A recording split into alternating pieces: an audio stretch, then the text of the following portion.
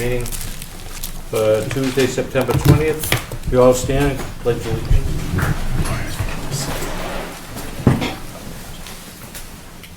Pledge allegiance to the flag of the United States of America and to the republic for which it stands, one nation, under God, indivisible, with liberty and justice for all. Nobody took a knee, right? Oh my God. All right. That was good. Thanks. Anything to add to the agenda? Robert? Mr. Chairman, under the Superintendent of Public Works report, if you could add just a brief drought update from the superintendent. Okay. And then under Chief Murray's report, if we could remove the purchase order for the cruiser. Okay. If we could, I'd like to talk about property enforcement or an update on wherever you feel. Whatever you want. Selectmen's questions, yeah, that's fine. Okay. Anything else? No, I think that was it. Okay. I'm thinking of something. I make a motion to approve the agenda as amended. Second. All in favor? Aye. All right. And announcements. What do we got? 8th annual Recycle Your Reusables will be held on Saturday, October 15th. My birthday. At the Ayer Middle School from 9 to 2. It's open to residents of all towns. For more information, visit the Town of Ayer's website. Page Hilltop Elementary School will be participating in Flash Mob Dance in downtown Ayer to celebrate World Kindness Day on November 13, 2016. Volunteers and dancers, there you go. I needed. I can dance. Please contact Fred, Debbie at Page Hilltop. In October is Breast Cancer Awareness Month. And the Postal Service, not just because I work there, but we sell breast cancer awareness stamps. And we've had like $90 million go to it, the research over the years. So Well, it's a good investment, and you really don't miss it that much. And just keep it in your mind. Public input? Anyway, sir, I just have a few issues I would like to bring up with the town. come on up and state your name and where you live. I am Brian Lewis. I live at 145 Snake Hill Road, Ayer, Massachusetts. Okay. There's been some understanding. I went down to the water department today and purchased a application to tie into the town sewer.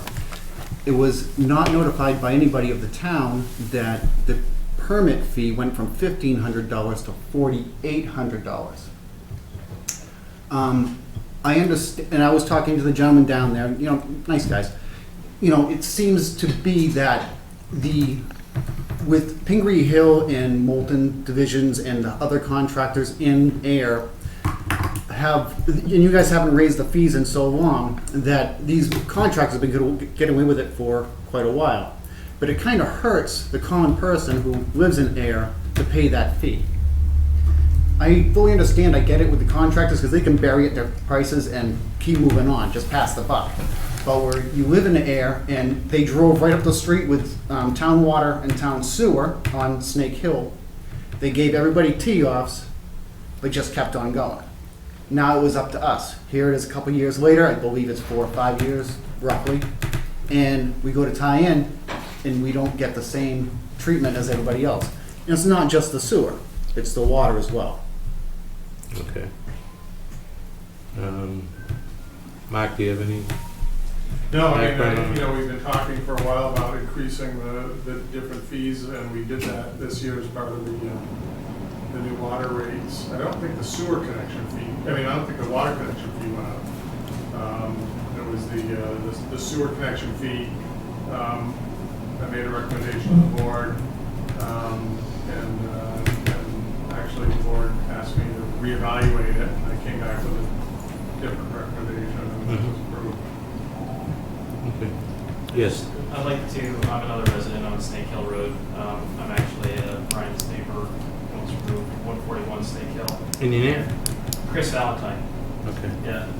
And I had the same issue. Went to the water department there and found out that the permit fee had tripled. And it's a real hardship.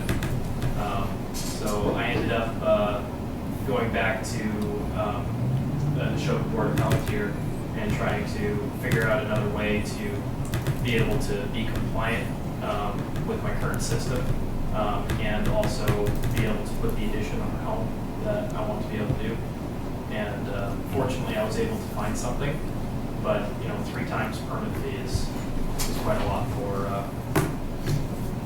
a simple connection. Yeah, it did jump quite a bit, but Is- we haven't raised them in quite a while. Right, Oh, yeah. 1 second. Okay. Chris? Mr. Lewis and I are friends. We spoke, he asked me if you could come last night, but how come you guys waited so long? I mean, to tie in? Money? I mean, okay, I understand that, but I mean, did we think it was gonna stay at that rate? Because, I mean, you and I had this conversation too about if you had to replace your septic, you're looking Right, at if you have 20 grand. Right, when I moved in and bought the house 10 years ago, I had to fail Title V. The septic cost $28,000 off the closing of the house. Obviously, I did pay for it, but I didn't pay for it. No, understood. So you have a new septic. So I have a new septic, so I didn't have to tie in right away. Mhm. Then they come up, they gave everybody tee-offs. So it's not like, and here's another thing. If you were asking to tie in and you had to dig up the road, and I can totally see the $4,800 for the cost of the paving, the compacting of the dirt before you pave, and putting all the parts and pieces back together before you even tee off. I'm already 10 feet in. There's no road work, even though my road's been dug up 3 times. Like Chris said, it's just a hardship for a single family to do it. If we were contractors, this wouldn't be an issue. It would just be a fly that just got whacked. Mr. Valentine, is yours off the road too? I Tie in? don't know, I was quoted $3,000 to do the actual connection fee, and that's obviously not including the $4,800 that would cost just for the permit. And that was quoted to me about a month and a half ago by Rada. Okay. Mark, is there that many that are still in septic that can tie in? I mean, There are, There's not a lot that are still on septic. I can Yeah. get the number, but that have sewer in front of their house and Mhm. they're still on septic. There's not an awful lot. The connection fee isn't for the actual cost of the connection or any of the sewer in the street. It's basically because we pay, as you know, we pay a lot for the capacity in the plant. sure. And we pay Devon's a lot for the capacity that we have to send to them. And so when you look at what the actual cost for us is just to start treating the wastewater from a single-family house, that's what the cost is for the infrastructure of building that capacity in our plant and our sewer system and pumping systems. I knew it was something. Just trying to think of what the reason was. Yeah. We can offer a payment plan, or the board could Okay. authorize something different. Could we find out, I mean, within the next couple of weeks, how many are available? I mean, obviously, we know there's some that can't get it or don't have it in front of their house, but there must be, I'm Yeah. assuming, I think you could probably look at who has. To kinda get an idea. Only meters on. yeah, because you have town water, because I they have fixed town that water. issue, yeah. Yep. I mean, I think that'd be, at least to look at it, see if there's, I appreciate the fact that you understand no, the I- increase. trust me, and that- I get it. Yeah. Trust me, I do get it, because we are contractors, so I do understand the way things go. The It's still a bargain The for- downfall is, it's the additional kick when you're trying to put an addition on your house, or like I'm in the works of trying to do it myself. That's an extra $3,000 of an added fee that's really not needed. I understand that it hasn't gone up in a while, but it's for a permit. $4,800 for a permit. That doesn't include labor, material, digging, nothing. So you just turned a $5,000 job into a $10,000 job. On a homeowner, that's a huge kick. It's a hidden expense. Yeah, as Superintendent alluded to, the expense of treatment and discharge has gone up. we've worked at a deficit on it. Yeah, it's not a moneymaker for the town. It's not, it Why- doesn't, Why wouldn't it be, like a pay per use, instead of charging a larger amount? Well, it is. upfront for, it is. Well, I understand it is paid, you pay by the Yeah. margin of your flow on your meter, but why not just increase that rate instead of the connection fee? Connection fee seems like a random place to assign a gain, and also not a predictable way to, project cash flow. I mean, we had a large discussion about this, and Mark did a lot of work on it, and it did come back to the board, and we did vote the increase at the time. That was a couple of years ago. This most recent one. No, this is the just recent This year. in our- That last jump? Right. It was just 1,500 to Oh, 40. April, May? Okay. It was just, I think we made it effective July 1st, but I think we voted Okay. in the June meeting. So the point, my point for that was, with all the new development, basically, the developers are getting off. I mean, it's good to build in Ayer anyways for the tax rate location, but you put a house in Littleton or Groton or Westford, I have a project in Westford, one system was $14,000, the other one is $34,000, Yeah. just for the septic system. There's a septic system, not However- tie in. I understand that, but it's still a deal there's not many surrounding towns that have sewer. I mean, we're very fortunate in this town to have that. Right, I understand that, but when you're talking those types of numbers, you're also looking at a septic system that's good for 30 years. It's like one time, you pay the 20, 30 grand, whatever it is, that's good for 30 years. Isn't yours, though, Estimated. good for 30 years if it's new? Supposedly, it's good for another 20. So it was moved in 10 years ago, so. But unfortunately, where I want to put my addition is right in the way of my septic. And if my family ever increases, which you never know, it renders, because you're only supposed to have 3-bedroom, I'm only on a 3-bedroom. It's not like I'm gonna have to invite my relatives to move in legally. Yeah, I don't know what can be done. I mean, I never took into account people not being tied in. I just assumed everybody besides where I live, Yeah. And obviously parts of Westford Road, there's parts of various roads that don't have it, but Right, surely. I wasn't aware of it being in front of your house, but I'm assuming that was done when Pingree. Yes, that's one issue. When Pingree Hill went in, they made another issue with a town, and I understand Powell had their job to do and their quota, but when they drove by the street, they just kind of blew us all off with the water too, because they capped the 6-inch water main that was existing would not large enough to feed Pingree Hill, so they drove by when they put the sewer in a larger main off Sandy Pond. So what they did with the 6-inch main is they capped one end and kept us feeding off the railroad tracks. The problem with that is the old iron 6-inch main. I've had the guys come down. I'm on a phone call basis with the water department for them to come down and flush the pipes. I know we're in a drought, but I have to change my water filter every 4 months. I went to a regular a plumbing supply company. I bought a whole house water filter. They're about $100. No big deal. Had a plumber install it. Didn't work. It clogged up so bad, I had to go get a full water system. Now, when I talked to Chris about this, I'm going to say probably a year ago, when the water was really starting to get bad, Chris goes, well, you'd have to tear up the road, and that'd be $5 grand a house. I said, well, the road was already torn up, not twice, 3 times. I would have paid you the $5 grand then. So now it's all paved. I had to put a water system in. Here's $5 grand. Done. Okay, no big deal. If I had a well and I had hard water, I'd still would have had to pay the $5 grand. So I'm thinking, normally, I'll pay the $5 grand and eat it. If I don't change my water filter every 4 months, and it's $50 a whack, my tubs, toilets, everything just turned orange. Solid orange. I've had the DPW come out twice, and they did a pressure check from the street and blew it out the back door of my house. And the guy says, every time, he says, this is the worst water I've ever seen. And it runs for a good 5 minutes, and it's solid orange, because it's capped on one end. Right, there's no, They said they were gonna fix it. They didn't know how. They're gonna tie in each house. It was too much money. No big deal. A year later, they said, Well, we're gonna rip up just the end of the street where we capped it, and we're gonna do, they called it a through feed, so it's fed at two ends, so the water can go both ways. So you're constantly getting fresh water. Circulate. I Go respond to ahead. this. Yeah, go ahead, Mike. It'll save a little bit of time. And I've talked to a number of the neighbors down there, and some of this, this is some of these statements I'm unaware of. But I had a contractor, I got quotes, I had a contractor all ready to do it last fall. For whatever reason, he got busy, he said he'd come back in the spring and do it, then got busy, and now I'm gonna have to go back out and get new quotes. But we are gonna be tying everybody off of the new main over. That is in the plans.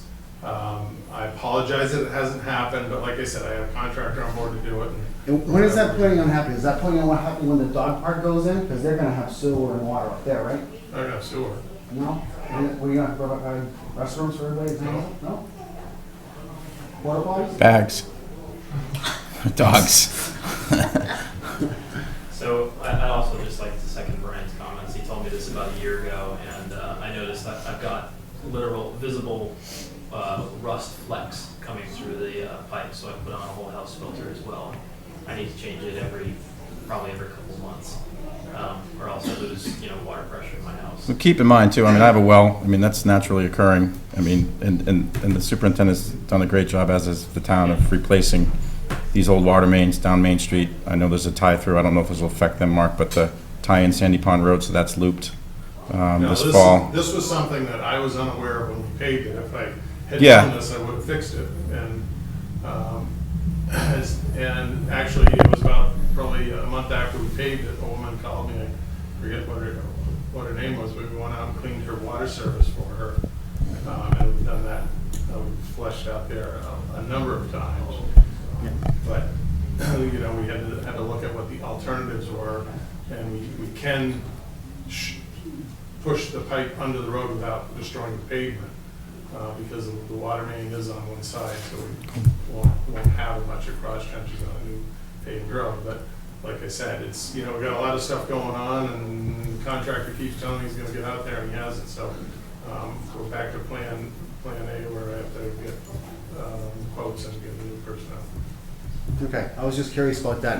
I'm really more concerned about the sewer, but that was just another hidden With agenda. the sewer, and I don't know the legality of this, but I know when I bought my house, there was a sewer betterment that was on my tax bill. And it was spread out over a long period of time. I don't know if that's something that legally we could do. The towns that are doing that, like, I'm gonna say Shirley. I did live in Shirley before I moved to Ayer. There was a town betterment fee, but the town couldn't, they were either gonna raise the taxes to accept the payment of the sewer, or they hit everybody with a betterment fee. for I 15 understand years. how betterments work. And that's, I've been doing this for a few years. so that's how the. So what I'm saying is, this is a potential solution. I don't know if we want to call it a betterment or a payment plan or something like that. But if, and it's the board that sets the rates, I just review them and make recommendations. We have a water and sewer rate committee, and we meet quarterly, and this was part of what the rate committee looked at, was what our fees were. And we don't just grab a number out of the air. No, I understand that. We look at how much it costs to operate our system and come up with a rational number. But we also understand that it can be a hardship on certain people. And so I guess it's up to the board to determine how do we want to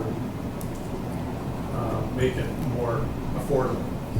And all that's built into the fees that the rate committee Yes. looks at. Yeah. I don't, Yeah, I'd like to find out how many houses are available for water that have the ability For sewer, to tie into it, Right. because we open a whole can of worms too, because if a water line suddenly shows up because of a project in someone's existing house, Yeah, are I'm they more gonna aggravated with want? the sewer than I am the water, because I did put in. I'm sorry, $5,000 sewer, that's what I I did put in meant. the $5,000 to, clean my water as it comes in the house. But the sewer is really just a burden, you can work, financial burden. you can work out a payment plan, as the superintendent said, over time. So that would be even more of a burden. That'd be even more of a burden. That's now it's like taking out a loan, or just another financial bill you have to figure in. You know, the T's there. Town hall closes Friday at 3:30. It can be done by Sunday at noon. What we do You is know, we take the there is- recommendation from the committee and we go with it. Mhm. They recommended the rates, we approve the rates. And I'm just saying And that I'm trying to address this to you so that way, I mean, I'm not the only one. There's other people that have this option, but you guys put the bar so high. I mean, as I said, if I was a contractor, this would not even be an issue. But as a single homeowner and other people, you drove over us. So I disagree with that, because you tie in, you never have any issues. The problem lays on the town. You don't have to have the tank pumped, you don't have to, now your setbacks, you can add your addition, which you can't do. Mr. Valentine, I don't know what your process is, but I guarantee that adding chambers to your septic is no cheaper than It's not a possibility. so- You just can't do that. tying into the thing. I get the point, but you guys waited a long time. I mean, you must have felt at some point the rates were going to go up. We've discussed it at this table for 2 years. How many times have you seen me in this office? Well, I mean, that's the issue. I mean, we tend to get people, and I appreciate you. I mean, you've reached out to me on several occasions, and I brought your thing to Rick at the water department, and he helped you out. And I just, I mean, I'm open to looking into it, because I never honestly thought about existing residents. I I'm mean, not looking for an answer tonight. I'm just, So if you guys never really considered existing residents that could tie in the future, in your cash flow model to normalize the costs, to bring down. No, costs. the point was that the sewer line was already in front of their house and you hadn't made the jump to, I would think that if your sewer was failing or if the sewer line was there, you would tie into it, why it was a ridiculously low fee. Cool. And now you want to do stuff well, and there the was rate went nothing up. sent out saying that it was going to go up. There was no notice. There was no notice, No, so. but like Chris said, we have discussion over the last 2 years over it. We can look at it, Mark, if we can look at it, see how many other people aren't, and see if we can come to some consensus. And again, if you need to work out a payment plan with the superintendent, and that's there too. I think it would be reasonable if, existing homeowners, as of, whenever the new rate was raised, if they could grandfathered into the old permit fee. For how long though? 10 years? I mean, Okay, where does it okay, end? You can Even step it up. if you grandfathered in, meet me halfway. Why do I gotta pay the 48? Meet me halfway. I don't have to rip up the road. The T's in my front yard. Well, I'd say the only way I'd consider that, and I'm not even thinking about that right now, would be that it would have to be done within 30 days, not on the time frame of, By the time 60 days. By the time I put in my application, I won't even hear from it till after 30 days. but you understand what I'm saying? do You want to understand. wait. Your application to the DPW, I just picked it up. it doesn't take us 30 days to turn those around. All you have to do is. Right, but they you need want it to, the they next want day, to, you call Oh, them. man. right, and they also want to check it for $4,800 when I drop off the application. That doesn't sound like it's, I don't have anywhere where it says it takes 30 days for us to review. Obviously, we're not gonna go anywhere tonight with Right, this. as I said, But I'm not looking for an answer tonight, I'm just making you guys aware of it. I would like to see something done about it to help us out. If I was a contractor, this would not even be an issue. I hear you. No, he sent me a message last night, and I said, well, you can blame me for that. That's the first thing I said. I mean, but And I also stand. said I'm not blaming you. I'm Yeah, blaming that's you. fine, but I still, I get it. And voted- we'll look into it. I voted against it. I knew you were going to say that. Mary? Mr. Chairman, can I just speak to this a minute? Because I sit on the water and sewer. Rate Yeah, I'm in it. We're And- way behind. I know, but every year, as you know, when we have the public hearing on the rates, Yeah. people complain and say it's too high. What else can you do? And so that's why the superintendent looked all around and we did some costing on all this to see how could we get a little more into that. So, and this is all published. It's out there. It's on the website. I mean, we don't lock ourselves in the room here and pull the curtains down and nobody knows about it. In fact, 3 people were at our meeting yesterday quarterly meeting, so thank you very much. At 3:30? Yes. Yes, most of us work. Well, We can't make every meeting. We'd go broke. We can't either. So, All right. So I guess you guys just discuss it. Yeah. Well, and we will. All right. All right. Thank you very much for your time. Keep Thank you you. posted. You guys have a good night. Thank you. Thank you. Okay, Scott? Thank you. Thank you. Thank you. Yeah, no, I was thinking about Yeah, I was waiting for it. I was waiting. Hey, stranger. How you doing? How you been? Hey, Scott. Good. Surviving. Here for my annual plea for members of the Finance Committee. I just have some written notes, and I'll be brief. Thank you for giving me the opportunity to speak. The last Board of Selectmen meeting, there was a question raised if the Finance Committee still had quorum. And I wanted to elaborate on the simple answer of yes that was given at that meeting. Technically, yes, the Finance Committee does have quorum. Currently, there are 3 of 5 positions filled with appointments, which does constitute quorum. However, we are in desperate need to fill the remaining 2 positions. The committee has been functioning with only 3 members since June of 2015. The challenges presented with minimal quorum is scheduling meetings around 3 people's availability, the concentration of the workload over 3 people, and also fewer voices in the discussion when we take up matters. I want to ask tonight for individuals who may be interested to please step forward. Just so everyone knows, the Finance Committee is the financial eyes and ears of the town. We serve the legislative body of town meeting by reviewing activity, providing information, and making recommendations on all financial matters to allow the voters to make educated decisions. The committee is also responsible for maintaining financial policies, preparing townwide budgets, overseeing financial processes, and ensuring fiscal efficiency. We are appointed by the moderator. Contrary to popular belief, a financial background is not necessary. It does help, but simply a willingness to learn and work is all that's needed. The committee meets on the 2nd and 4th Wednesday of each month, with additional meetings during the budget process and as needed. We are trying to address the meeting cadence during the budget process, but I will stress that a committee with 5 members instead of 3 allows some flexibility when it comes to attending those meetings. There are some restrictions. A member must be a registered voter in the town of Ayer, and they cannot hold an elected office or be a town employee. If anyone is interested or wants additional information, then feel free to contact the moderator or myself directly. Our email addresses are on the town website. I'm happy to discuss any questions privately or to schedule a Q&A session with the rest of the committee at one of our meetings. And I'll also add, if there's other people out there who may be willing to step up and help, but finance isn't their thing, they're happy to inquire about the 24 other openings that are in the various boards and committees, including the Commission on Disabilities and the Cultural Council, who do not even have enough members for quorum to have a single meeting. Personally, I've served on the Finance Committee for 8 years, and in that time I've learned a lot more than I ever thought I would. I've worked with some wonderful people, and we've accomplished some great things. Our community and government relies on volunteers to come together and work collaboratively to accomplish those great things. I've been happy to have been a part of it, and I would hope that other people would step up and be a part of that process.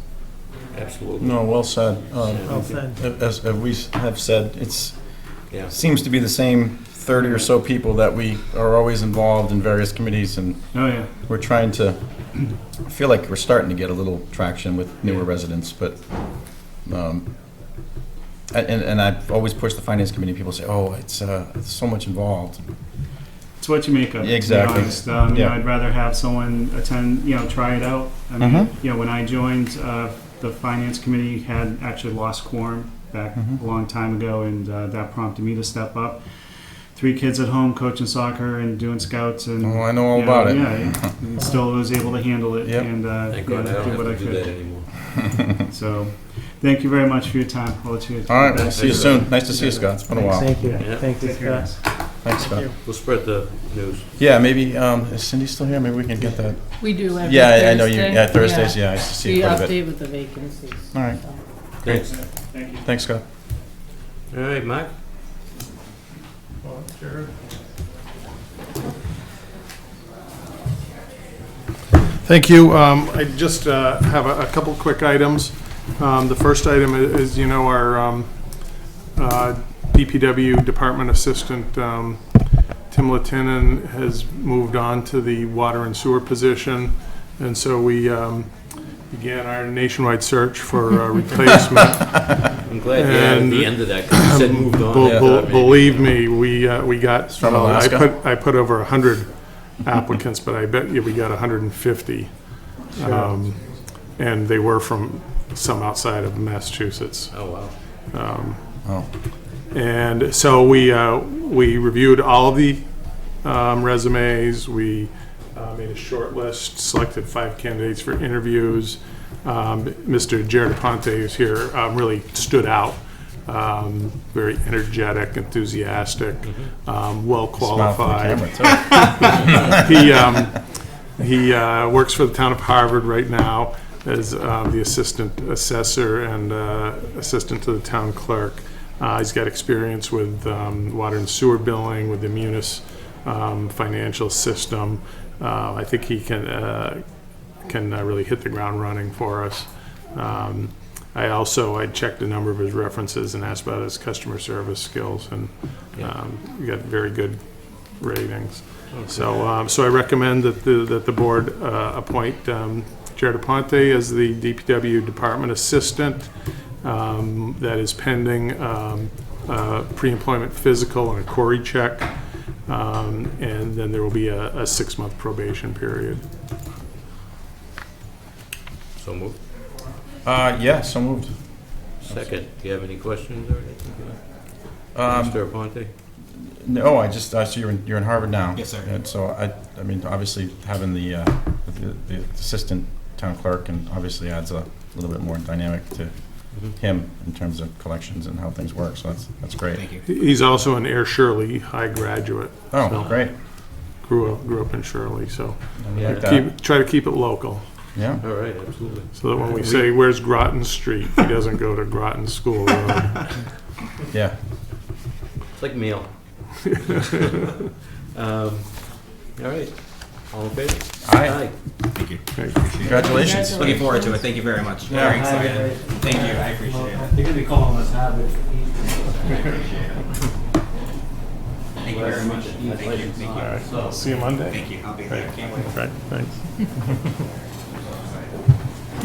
The other thing, I just wanted to give a quick update on the drought, because it did rain one day this week, so everyone thinks the drought is Yeah, I over. was thinking that last night. It all ran Yeah, off. it's, And we're never slumped on the still ground. many inches behind. Do you know how much we got, Mark? Any idea? I don't know, I didn't look at what we got. It wasn't even an inch. Half of that just rolled right off and never made it to the ground. It's enough to keep the lawns from turning completely brown. So what I wanted to bring up was, we have, it has been cooler, we have had a little bit of rain, but we're still a long way from the ending the outdoor water ban. So would guess it's probably not going to end this season. Right. Hopefully we'll have a wet winter and spring. We have been monitoring and enforcing the water ban, and since we instituted it, we've had pretty good results. I was talking to DCR and I told them how much that we'd seen our water use on an average day drop 20%, and they were really impressed. And what's even more impressive with the 20% is we've got a lot of big water customers in town that are using it for their production of their product, and so they haven't reduced any. So just by eliminating the outdoor water use, that's gone down 20%, which is a big amount. Mark, are people reacting to the fines? We have been getting people to Feedback. pay the fines, and so we issued, to date, we've issued 89 written warnings. Out of those, we had 12 first offense fines and 2 second offense fines. And I know Pam was cashing some of the checks today, so. But what's more important is it made me stop and think about how valuable our water supply is, and how do we keep this type of thing under control in the future and prevent a major emergency. So some of the things we're looking into, one is that the town used to do, and I'm not sure why we stopped, but in addition to having a 9 to 5 outdoor water restriction, also doing odd even. So So you're not watering your lawn every day. It wasn't uneven, it used to be. It used That's to just- be, It used to yeah. be, and then I I think the just assumed it state, was, the yeah. state changed the language in there, and we adopted that, and so we didn't have the odd even, but I think we should go to that. It doesn't cause a hardship No, for I agree, anyone. I thought it was still in. We're also looking at having a water conservation rate for the second water meters. Yep. We'll see what the Water and Sewer Rate Committee's looking at that and seeing if that's going to be feasible. Possibly include private wells in the outdoor water use restrictions. We're all taking water out of the same place.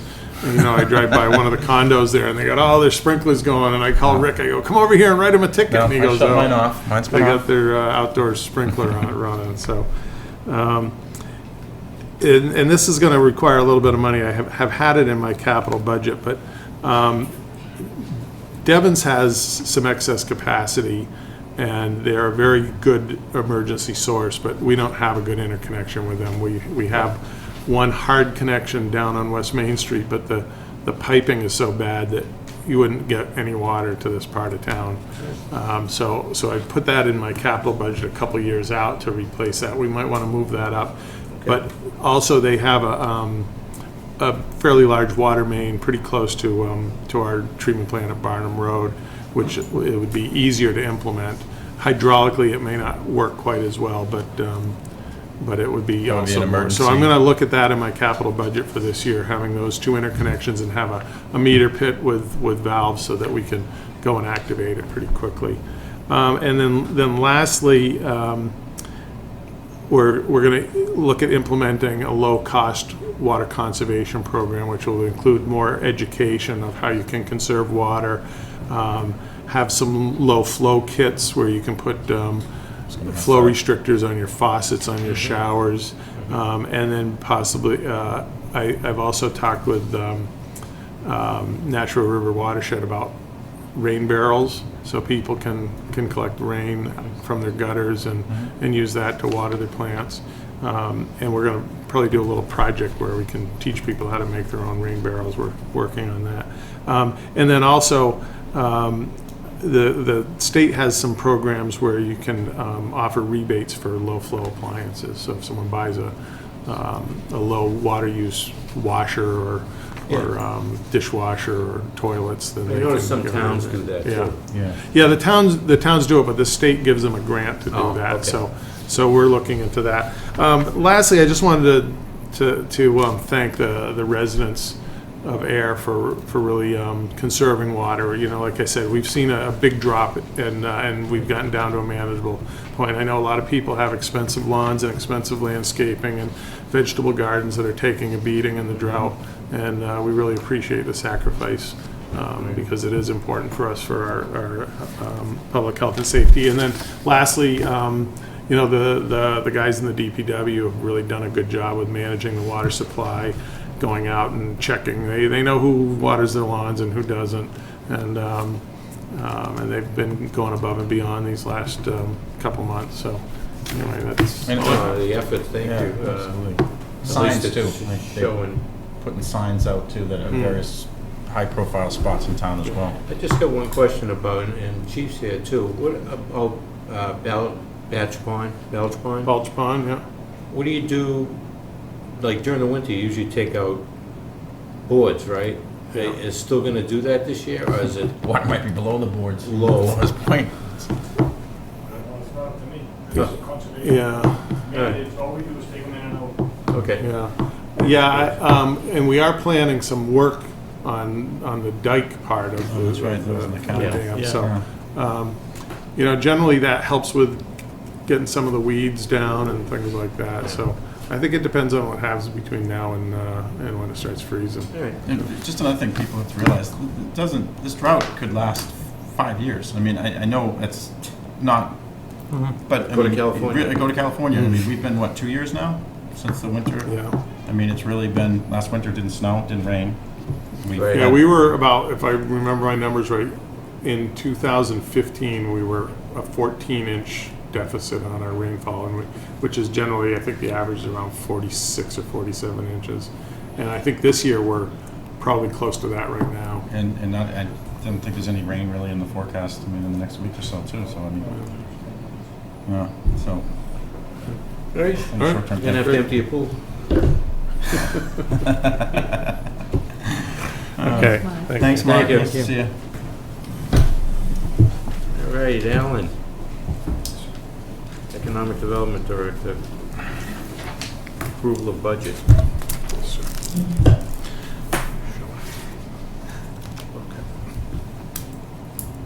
Good evening, Mr. Chairman. Good evening. Sorry, I'm not here, Alan, don't worry about it. All right, thank you. Now, we're just here this evening presenting the Office of Community and Economic Development's budget of FY17. And this is here at, I guess, a rather late Yes. in the course. And I think this is, this just results from the fact that I know I began my service here with the town the first week of May.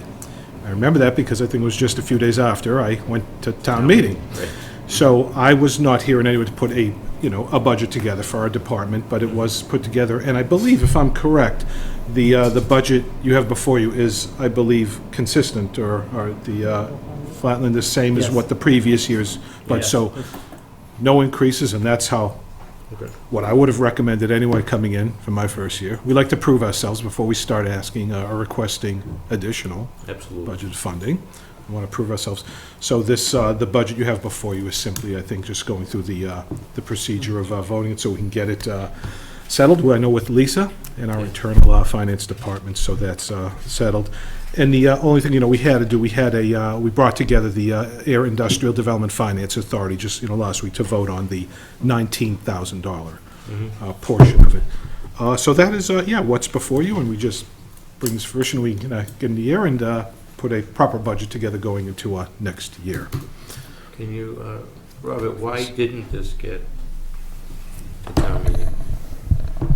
Or did we already prove an amount? The portion that needs the vote from the Board of Selectmen is the IDFA amount, Oh. that the IDFA voted. Yes. And the UDAG component was approved within the UDAG amount within the budget. Okay, all right. That makes it clearer. All right, so we're just approving the 19,000 by the IDFA. Correct. That's okay. Which the IDFA already approved, correct? Yep. Right. That's correct. They voted in favor of it unanimously. Mhm. Good. Make a motion to approve the IDFA budget for the Economic Development Department for $19,000, as outlined by the Economic Administrator. Second. Any discussion? All in favor? Aye. Thank you very much. Thank you. Sorry for the wait. You're doing a good job, Alan. Yep. Appreciate it. It's a great town. Yeah. And, We have our moments. Like, And we're very engaged, but we hope to really show you the proof in the pudding with a few projects that are Yeah, to no, absolutely. show that success. Thank you. Thanks, Thank Alan. you. Thanks, Alan. Have a nice night. Oh, I think I might just stay. All right. All right, we got a right-of-way petition, a public hearing on a poll petition. Yes. Verizon, for Nashua Street Extension. Do you have the, I have it in the packet. you do? Yeah, it was the, That wasn't in it, was that in there? Page Oh, I'm 6. sorry. Oh, Actually, the here. layout, I'm sorry, I didn't see that. the ad is right. I got it. Okay. Oh, that's right, I was open. Do you want me to read it? Yeah, because I don't even know where it is. Notification to abutters, Town of Ayer, Board of Selectmen, public hearing notice. Is this the one, Carly? Yep. The Ayer Board of Selectmen will be conducting a public hearing on Tuesday, September 20th, 2016, at 7:20 PM at the Ayer Town Hall, first floor meeting room, 1 Main Street, Ayer, Mass.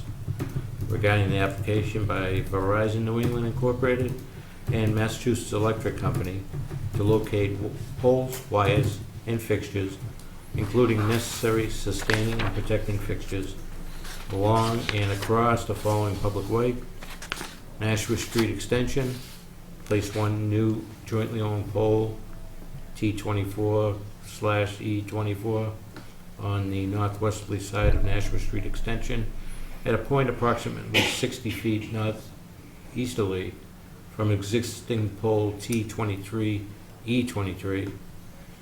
This pole is necessary for the purpose of providing service to a new development on Nashua Street Extension. Name of the applicant is Verizon New England Incorporated, Mass Electric Company. Today's the date of the public hearing. The time 7:20. Location is here. Copies of the application are available at the Ayer Board of Selectmen's office Monday, Wednesday, Thursdays from 8 to 4, Tuesday from 8 to 7, and Fridays 8 to 1. And we open the public hearing. We have Mr. Bill Wallace. Bill Wallace representing Verizon in this petition. Okay. As it's stated, it's a single pole petition for a new pole to provide service to the Nashua Street extension. Pretty straightforward. Okay. This is just extending it to that, and I believe it's going to be an underground service once Varies it... from that point Yeah, on. okay. Yeah. I didn't hear any issues with any of the departments or anything like that. As the board's aware, we sent it to interdepartmental review. There were no objections from then, so Mr. Chair, unless members of the public want to weigh in. Does anybody have any questions about the polls? No?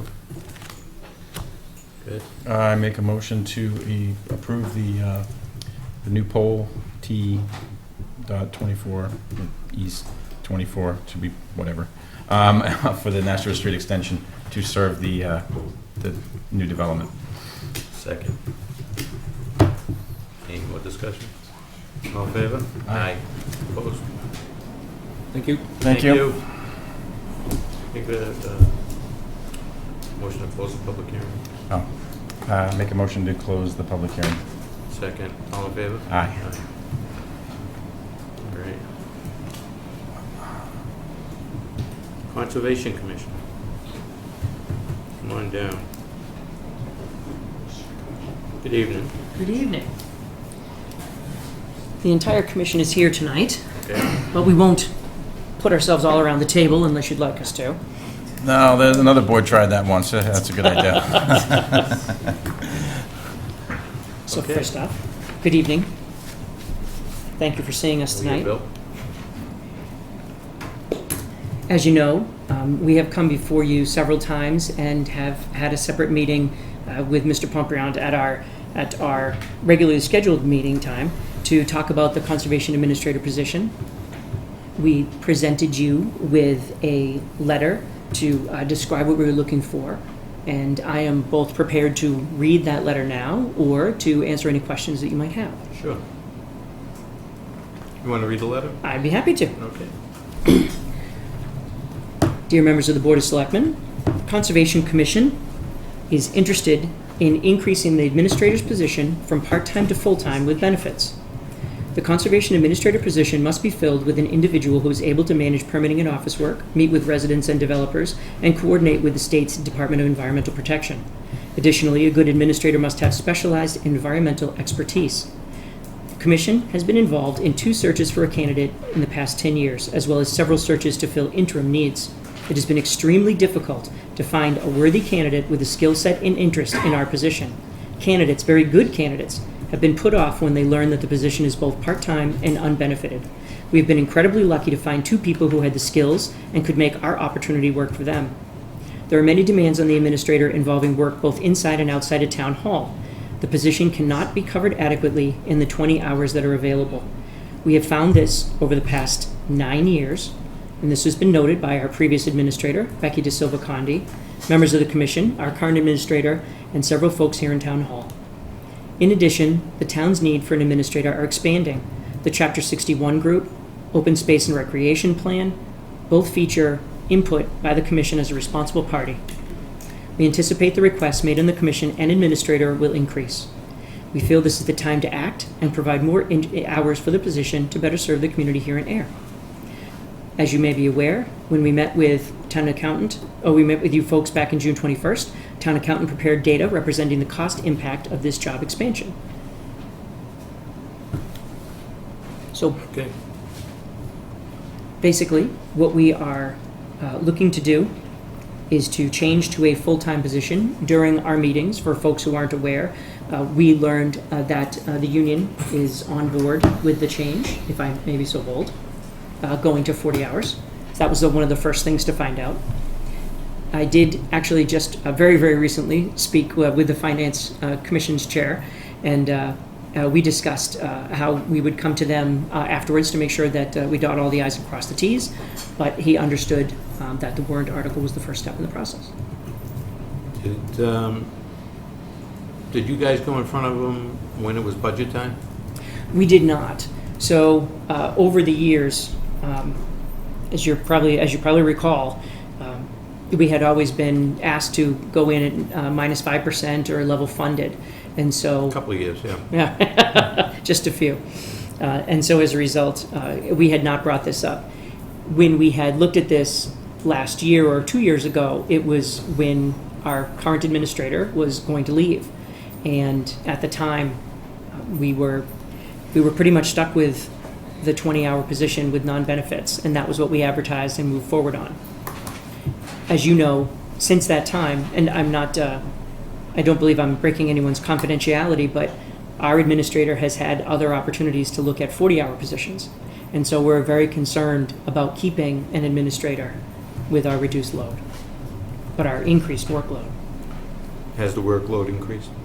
The workload has definitely increased. There have been a couple of things. So number one of the main things that our administrator has to do is the regular 24/7 kind of ideas. So for instance, if you come to us and you apply for a notice of intent, we have to advertise that within a certain period of time.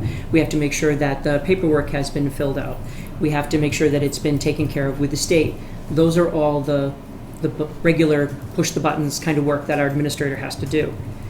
However, there's also oversight that needs to happen. We worked with Geosyntec to create the pond study. That information now is going to require, we're going to be pushing forward with Pond and Dam and the Board of Selectmen to start doing more intensive weed treatment and more work on the ponds based upon the results of that study. That person in our office needs to have more time allotted to that. On top of it, we have a number of projects going on in town right now, big projects going on in town. And we've been working with the DEP to have some oversight over those projects due to some issues that had happened over the years. Our person needs to be much more involved in those projects. And so we need to be able to get out in the field more to see things that are happening around town. We're going to need to have more oversight on weed treatment and work around the ponds. And quite frankly, the time hasn't been available for our person to do those things. Robert, what was it, $35,000 is the hit to the budget?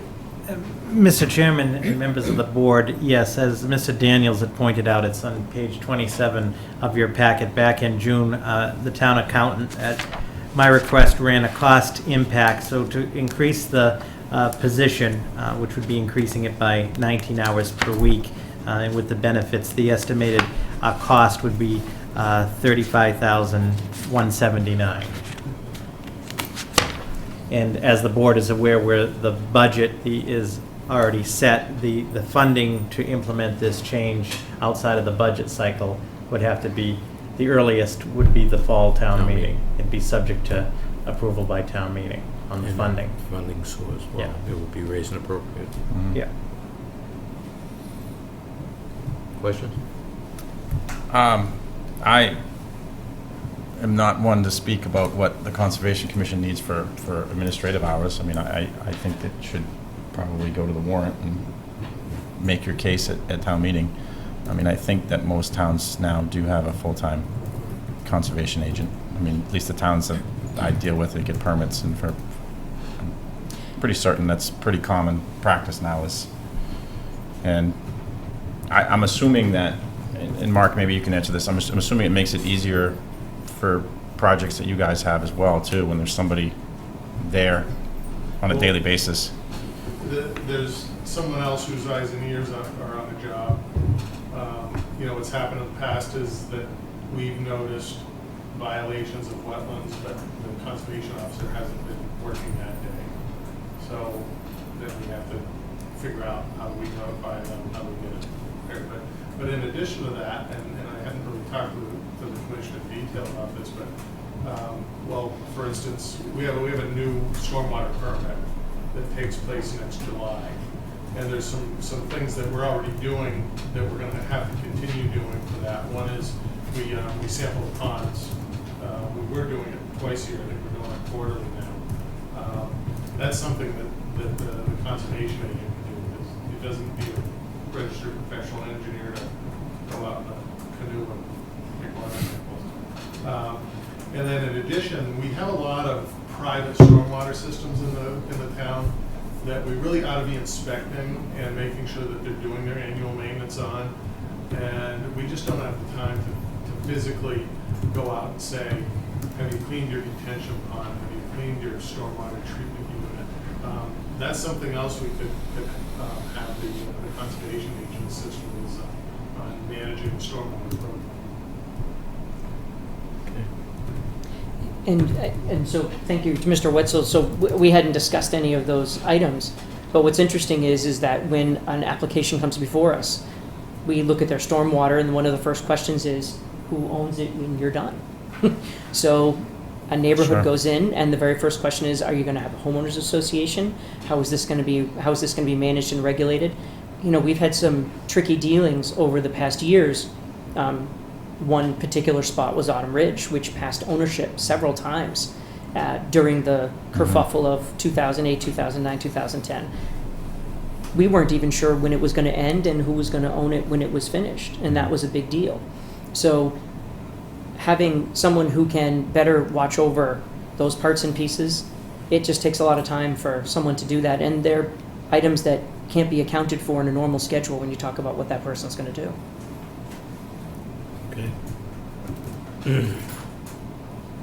I mean, do we have to, I mean, we're just looking to put this on the warrant, correct? I mean, for the fall? I mean, Yeah, I think. and a finance source, obviously, as Yeah, Guy said. I think through the chair, again, the request is that the commission, not to speak for the chair or the commission, but the commission is looking to implement this proposed change now for concerns of losing the current agent, plus based on the history that the chairman outlined and difficulty in retaining somebody qualified and keeping somebody, and concerns of going down that search again.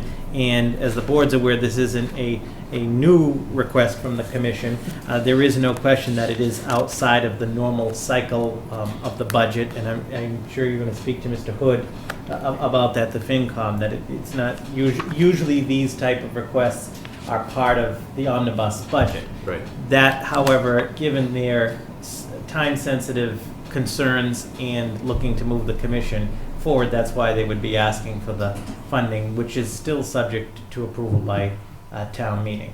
So there's enough money in the budget until town meeting There, to fund him full-time?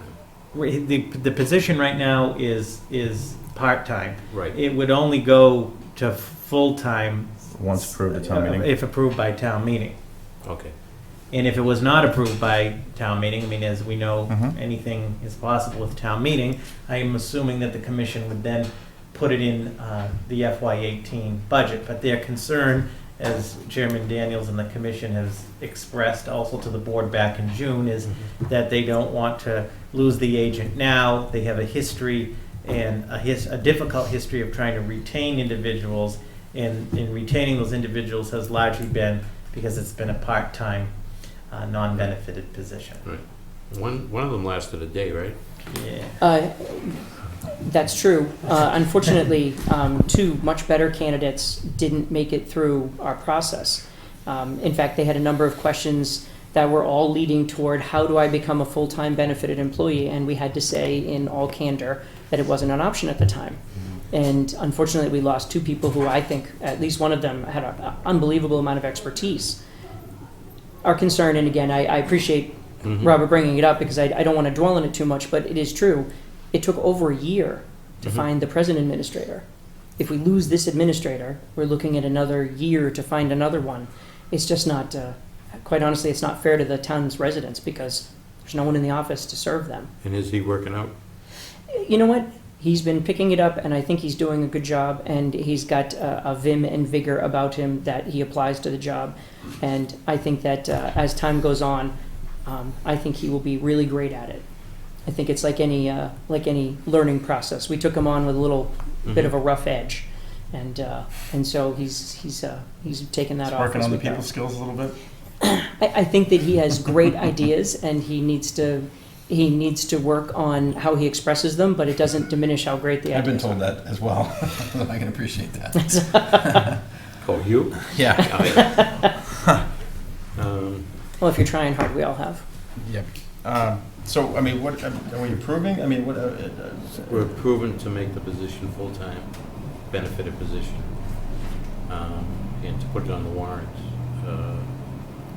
to be approved on the warrant for the financial part of it. And then, obviously, discussion with the Finance Committee on funding source. Yeah. You're good. Mr. Chair, what I would recommend respectfully, if it is the will of the board, to support the warrant article for the funding.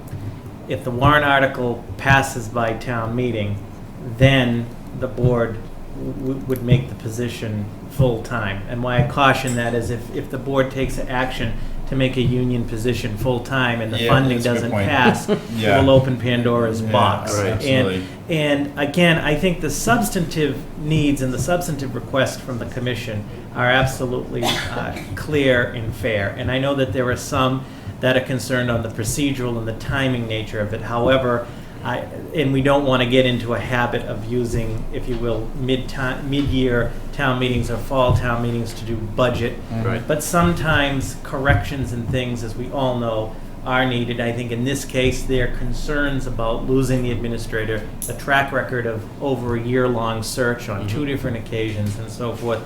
At least, no pun intended, warrants that it be put before the townspeople, and I'm sure the commission will make the substantive case to the town. So what the commission is looking for is your support, as you control the warrant, to put forth the article with the funding. You get that? I did. You want to move it? I make a motion that the Board of Selectmen support the funding for the full-time conservation administrator to be presented at town meeting. Work? Yep. Second. More discussion. Anything else, Bill? No, just thank you, and we appreciate the support. No, we and didn't vote yet. I understand, Okay. but I felt your support before your vote. All in favor? Aye. So sell it at town meeting, Bill. All right. Well, that's Now- the easy one anyway. Weeds. Yes. So, thank you again for having us tonight. So, as you are aware, the Conservation Commission, along with Pond and Dam, DPW, and this fair board, all worked very hard to commission a study by Geosyntec. That study revealed a number of corrections that could be made around town that the DPW is already in process of doing. The way that runoff, stormwater gets into our ponds, etc., that's already in process. We have a weed issue, like many other towns do. And so we were waiting for our pond study to develop what our next step should be. However, pond study came back and has given us ideas and process about how we should go ahead and treat the ponds. The issue is that many other ponds are all going to need to be treated at the same time. When we have a drought year, the lower water level allows weeds to grow in places that they wouldn't normally grow in towns. And so we are very, very concerned that if we wait until Springtown meeting to get our funding, that we won't have a contract signed in time to guarantee treatment, which happens in a very limited 3 to 4 week window. That's So- similar to what we did before. Correct. Okay. And the rationale is that if we get this all squared away today, if we get it on the warrant article for fall town meeting, we can issue an RFP over the winter. We can sign a contract with the Board of Selectmen, and the Conservation Commission can sign a contract with a operator, a weed specialist. We can get ourselves in the schedule. The idea is all about getting in the schedule. Now, in the past, I don't know if you recall, back in 2007, we did weed treatment, and then we were going to do it in 2008, and the beaver dam broke, and we had to wait till the next year. 2011. Was it 11? Thank you very much. You dry out yet? You referring to swimming? Yeah, yeah, I am. So, in 2011, when the Beaver Dam broke, what ended up happening was we gave money to the chemical company, to the weed treatment people, so they would hold our price Right. until the next year. These folks are all about down payments and timing. And so what we would like to do is get the money on the warrant article so that we can get some funding. We can issue the RFP at that time and most likely come to you and ask if we can take some of that money that's been appropriated and give it to them as a down payment, a deposit, so that we guarantee ourselves a spring treatment. If we don't, we run a very real risk of losing it. Now, as you know, we've been before town meeting several times, and Friends of Flanagan went with an application at about the same time back in 11, and the town has shown good support for doing this. The town showed excellent support in our study. We have a study that lays out a program for doing the weed treatment. As long as we all agree that the weed treatment is essential, this is just a case of when we ask for the money so that we can move forward at the right time. Yeah, no, it should be a line item in there. I've always said that, I don't think. I agree with you. You know, Just in the you gotta budget. take care of the resource. And this is for all, this is Grove and, Well, I'm glad you asked. yeah, because I know initially maybe Grove wasn't on there. Grove is not on this particular treatment schedule. It would be Sandy Pond, Flanagan Pond, and Pine Meadow Pond. Okay. So, as you may recall, we used to work with two different companies. Yeah, Unfortunately, those two companies have merged, and they're now one company called Solitude Lake Management. We reached out to Solitude Lake Management merely to get an idea of what potential pricing would be so that we could use it as our figure to move forward. Based upon their potential pricing of $60,000, we estimate, adding 15% for contingency, that we could need as much as $69,000. There are $15,000 still held in funds for this work, which is why we're requesting a warrant article for $54,000. That would allow us to put ourselves in a very reasonable position to move forward with an RFP, secure a contractor, and get ourselves on somebody's schedule to do the treatment without losing next year. yeah. I Hit- can't stress hit the ground enough, running. it's a 3-week period, and if you miss the 3-week period, like we did with the flood that year, Yep. you're done. Right. And it has helped on Flanagan's. I mean, a couple of years ago, you could walk across it in the summertime. It's definitely noticeable. We, between ourselves and Pond and Dam, we're extremely interested to pursue other mechanisms with FinCom, and we're interested in having that discussion with them so that this exercise isn't quite as necessary. But right now, where we are today, Mhm. we would like the Board of Selectmen's support to put a warrant article on for $54,000 to do this work. How come Grove is not part of it? Is it because of the aquifer, or because, I mean, they treat Spectacle Pond, and that's an aquifer That's zone.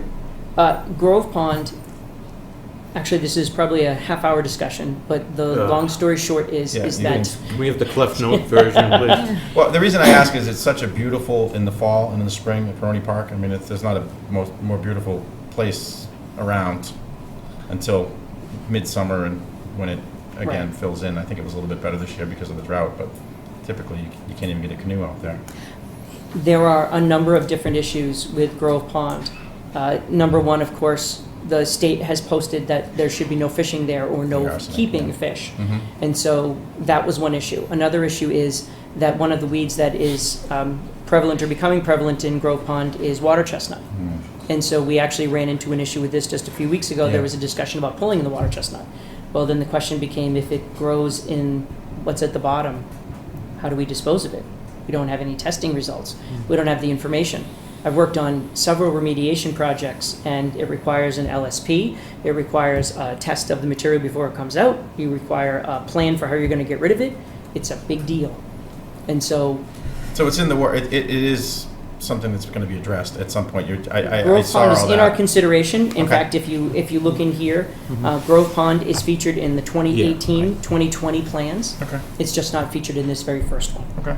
But it's also something that we need to take up very carefully Mhm. because of liability issues for the town. Yeah, I understand. Robert, you had something? Just very quickly, so therefore, looking for sponsorship of a, they would be sponsoring it, but your support for a warrant article for $54,000. And then as I discussed with the commission, and I have informally discussed with the chair of the FinCom, and we discussed at the executive buy board, that there's no question that moving forward, after this spring, if you will, that the funding for the pond treatments needs to be a standard line item built I under the agree. Conservation Commission budget. And if I may, Commissioner Tillotson at the commission meeting did a fine job with the research showing the sort of the gaps along the history of the treatment and so forth, did a really comprehensive look on it. So again, it seems like a large request for the fall town meeting, but the chairman and the commission is correct that the town meeting won't occur till May. Some of that treatment may need to occur at that time, taking into other variables.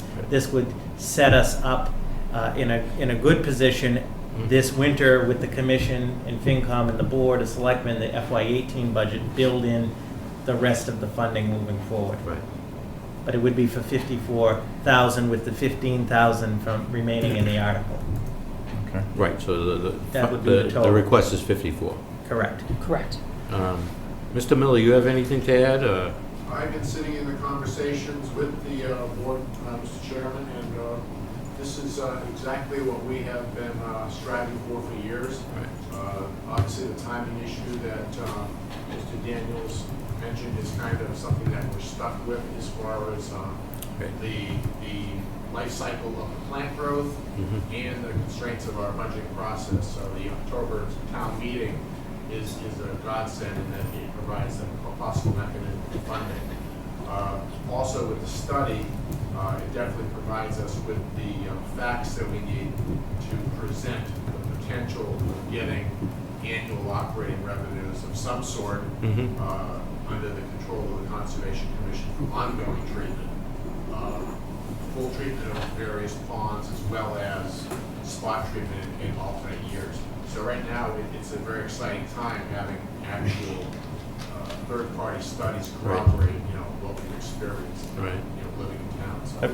Have you noticed a big difference, Chuck? I mean, I see it visually driving by, but on Flanagan's since. Well, this year, obviously, it's horrendous. Yeah, but when the pond has been treated, it's fine. The challenge is, we have not been successful in being able to adopt an ongoing, year on. To keep ahead of it. Year on, year off, year on, year off process. So we go year on, year off, year off, year off. Yeah. And year on. And you're back at square one. We're always behind the 8 ball. Yeah. If we're able to implement this plan that's put forth, we'll actually be able to maintain our position with the quality of the ponds, anything that's going to provide for recreation, for fishing, and wildlife, etc. So it's a pretty exciting opportunity for us. And I'm assuming if you treat all of them, it makes sense because most of them flow into the next body of water. So Absolutely. you're not diluting and getting some and understood.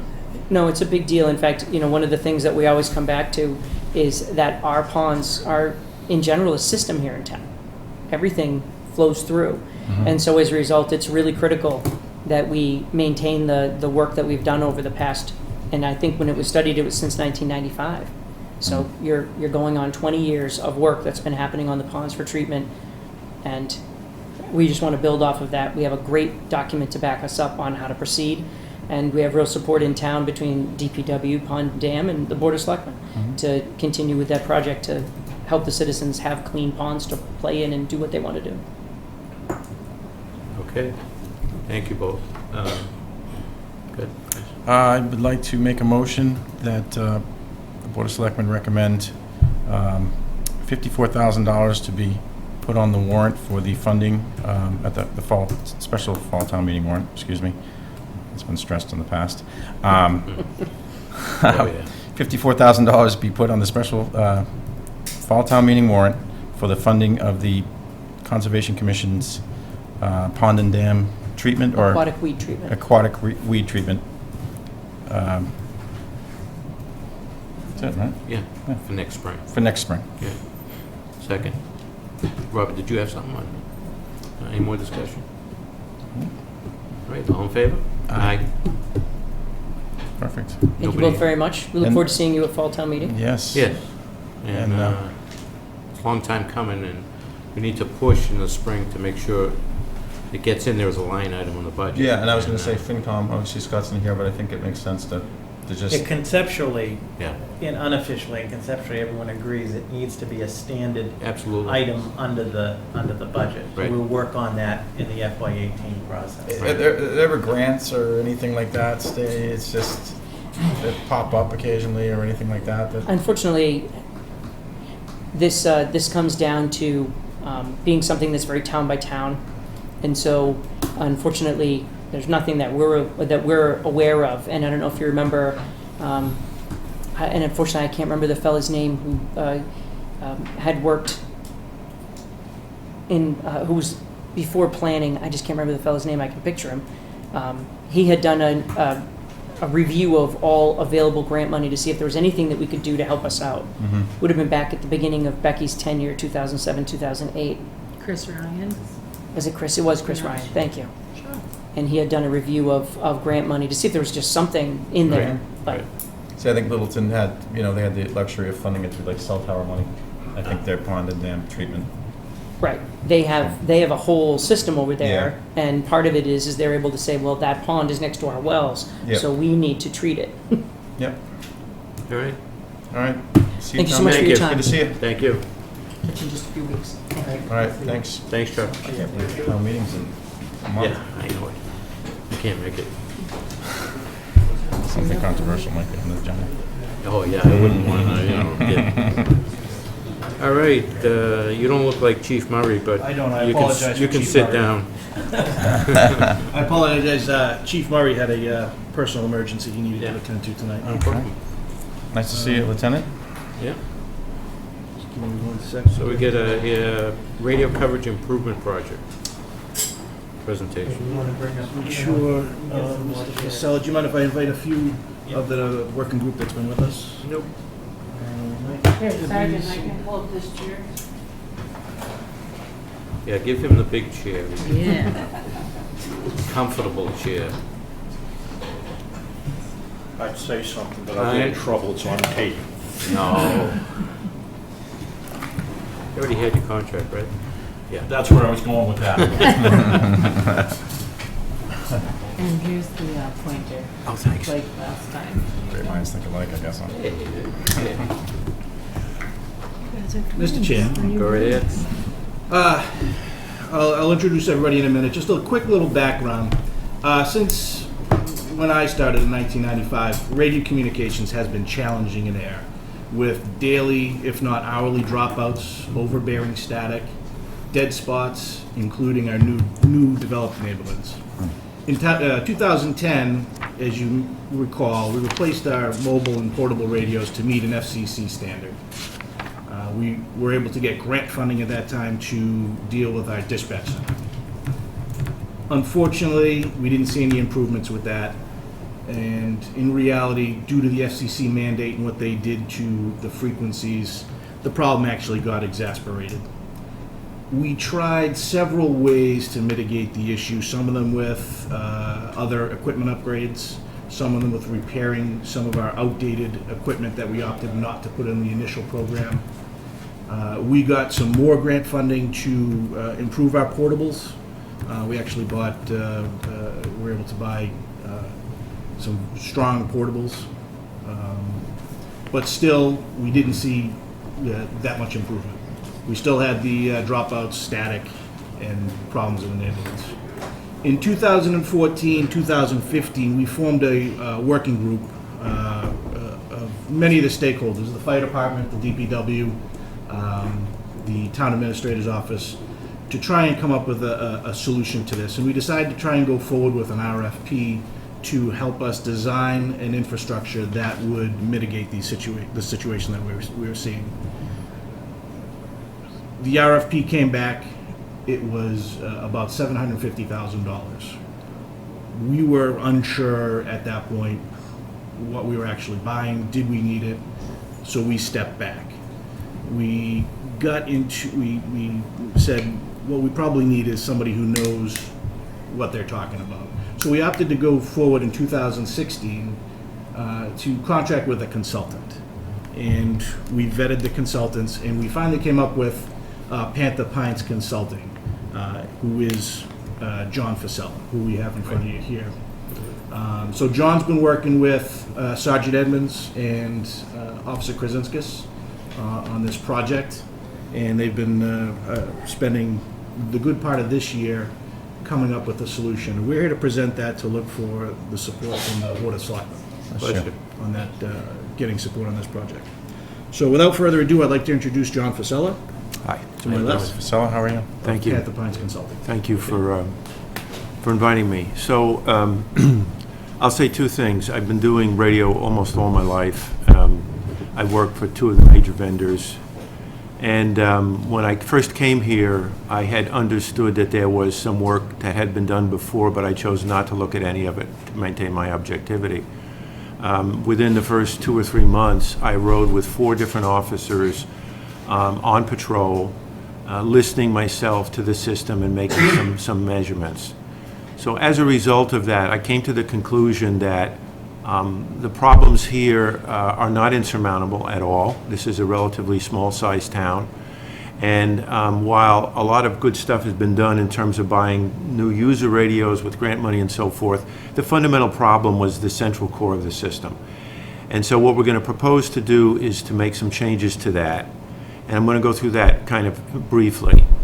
But the first issue is, of course, why, and it's about officer and the public safety. As was mentioned by Lieutenant Gill, this is a daily problem.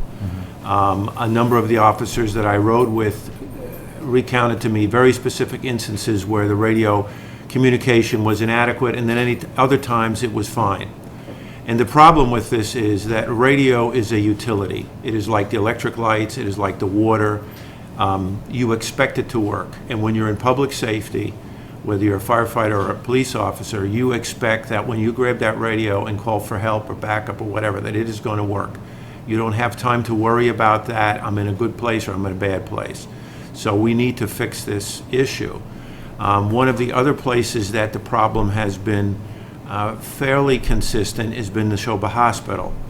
And I went there twice, and on 2 different days with 2 different officers. One day it kind of worked, and another day it didn't kind of work. So I can understand the inconsistency and the nervousness of the officers about it. So we're gonna try to improve the system, but I want to emphasize that this is, although primarily is going to help the police department, it's going to have some ripple effects with both the fire department and the DPW. So the problems we're trying to solve, the main problem is that when you have a portable radio, it's got a low power, as opposed to the base station on Hilltop School, which has got high power, and the dispatcher often does not hear the officer. And that is arguably the most important part of the link, because it's the officer yelling for help and the dispatcher hearing him or her that's going to bring the backup. Just to clarify, it's like Officer Krasinskis has right here, which he uses 90% of the time, obviously, when he's out of his car on a call. Yes, Okay. that is correct. Yep. So when he calls for help, he wants to be sure that the dispatcher is going to hear him. The fourth bullet, the talk out coverage, in other words, from the dispatcher to the officers, although they did have problems a year or so ago, that's largely been resolved by the radio service shop. It had to do with another station in operation in New Hampshire, almost line of sight from here, operating on the same frequency. That part's been resolved, and in my 4 ride-alongs of multiple hours, we never had a problem hearing the dispatcher, even in basements of the Littleton line apartments and other crazy places like that. The second thing is there are specific buildings in this town where its communications are difficult. Neshoba Hospital is the most obvious example. And then there's an issue of system reliability. You have in this town a number of what I would call high-profile risks. You have a large rail yard, you have a large power substation, you have the hospital. And you need to be sure that your public safety officials can get into those places and talk. This is what is talking to them. This is a wooden garden shack of a variety that not even Home Depot sells anymore. You can see that It stood up well, though. it stood up well. Unfortunately, it was a nice home for rats and mice. And they actually ate into some of the wires. It's unheated. This is not what I would call public safety grade at all. I agree. The second problem is that if the lights go out, you're going to run on battery power for anywhere from 2 to 4 to 6 hours, and then your system is off the air. There's no generator backup whatsoever. The antenna is mounted on that large new water tank. That seemed okay at the time, but in practice, it's proven that we're getting problems. So we need to get it off the water tank and put it on a tower that's above the tree line. Another thing that's common in public safety is that there are alarms at the site. If somebody enters the site, if there's a fire, the low temperature, high temperature, generator doesn't start, all those things should be a known fact. I spent 10 days at Katrina back in 2005, and this was one of the problems with a lot of the systems that failed, was they didn't have alarms or people didn't pay attention to the alarms. And the grounding is uncertain. It's not ungrounded, but it's not well grounded. This is what it looks like inside. The left picture, you see the police department repeater. The backup batteries are sitting on the floor, so they get cold in the winter. The fire department repeater is pushed over in a corner, and on the right picture, unless you're a radio or electrical guy, it probably doesn't mean much to you, but the grounding is not per code, let's put it that way.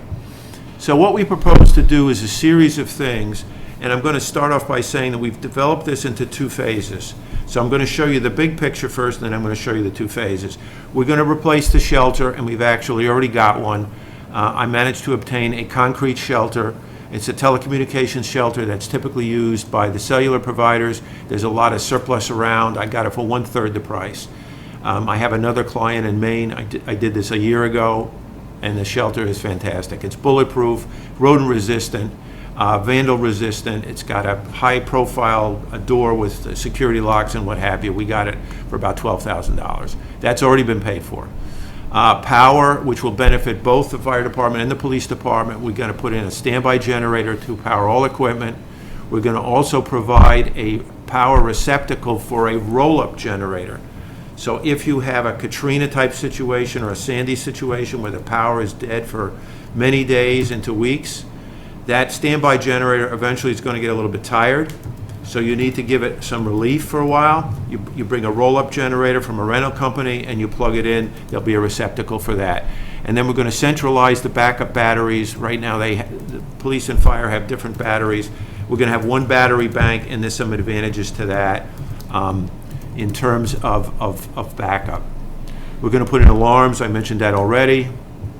We're going to raise the antenna. We're going to put a new tower in at least 100 feet. We're going to put voting receivers, and what that means is we're going to put 2 receivers, one on the east side of town, one on the west side of town, and there's a gizmo in the center that picks the best signal. So if Sergeant Edmonds is on the west and he's calling in, and Lieutenant Gill is on the east, they'll both be equally well heard by the dispatcher. In order to bring that signals back to the console at police headquarters, we have to put in links. They're called microwave links. They're basically radio links. We're going to provide that. We're going to move all the radios that are currently in that wooden house, and we're going to put them in the concrete shelter. That benefits both fire department and police department. We have 2 ways to improve the Neshoba Valley Hospital. I'm going to try an experiment with a way that doesn't cost much more than $1,000. And if that doesn't work, we have to go to a little more expensive solution. But there's no throwaway, because what we do in the first instance will be used in the second. Chain link fence has got some damage to it. We're going to repair that. And so we have 2 phases. The first phase would start once we have your approval and we go to town and they approve a budget. In December, we would get the chosen vendor to get going with the foundations for the tower, the generator pad, and the shelter pad. In January, February, we would install all that equipment. By March and April, we would do some acceptance testing. And in the second phase, we would put in the voting receivers to the east and west of town. We put in a 60-foot tower approximately on the west side of town. On the east side of town, we'd probably go on the new water tower that's there. And we do a couple of other things with the alarms. That would be approval from the town in May and work through the summer and finish that up in the summer. So 2 phases. What we intend to do is the RFP will be written as 2 phases, and the vendors will have to give the price for each phase, and then we will choose based on best value, best price, and we'll award to one vendor. So that vendor will initially only be given the green light on phase 1, but then we will go back to them in 2017 to give them the green light, assuming we get the green light from you all, we would give them the green light to do phase 2. To save on cost, I wanted to point out that this is not a gilded lily here. We are not replacing any base stations at all. We're using the existing base stations because they're okay. We are not moving the police department to Project 25 digital technology. That's a buzzword in the industry that most departments are going to, but that has a price tag to it, and the police chief decided and the other officers decided it wasn't worth it. And we're not replacing any user radios because, as Lieutenant Gill pointed out, that was already replaced under grant money. So basically what we're doing is fixing the infrastructure and improving the voting with the police department's one channel, their main channel. So here are the estimates. These are conservative estimates. I expect that we will probably get better than this, but this is based on list prices, which is, to me, is worst case. And this includes the services to do it. So the phase 1 would be $222,000, and the phase 2 in the following year would be about $167,000. The selectmen in the town need to keep aware of the fact that the town, as I understand it right now, does not really have a maintenance contract for these radios, and I'm suggesting that as part of this RFP, we get one, and that we ensure that that work is done on a regular basis because it prevents outages. The typical rule of thumb in this industry is about 15% of the equipment value, but because there's some variability here and we don't know exactly what the bids will come in at, I'm saying it's between $20,000 and $45,000 a year. So in summary, the current system is not providing the police department with the coverage they need. There is overall reliability and security concerns in a town that has some high-profile targets. We have everything in a wooden shed behind a broken chain link fence, and the rats certainly get in there just fine.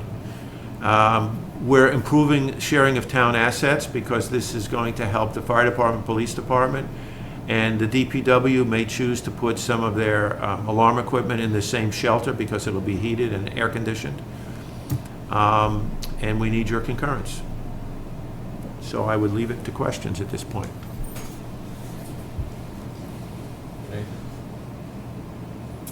Well, obviously, it's a safety issue. The price tag obviously is substantial, but, I mean, you commonly lose service, I mean, in the field, no matter, yeah. There are issues with the fire department too? No? We operate on a different bandwidth. We have a UHF system, they have a VHF system, and it works differently. We also operate, if we go to inside one of the bigger buildings in the eastern part of town, sometimes we would have trouble getting out, but we always have somebody at our truck. So we have a direct channel that doesn't go through a repeater, so we can talk from the building to the truck, and the truck can go back and hit the repeater and get back to the dispatch. But we operate differently, and we're on a different frequency. Okay.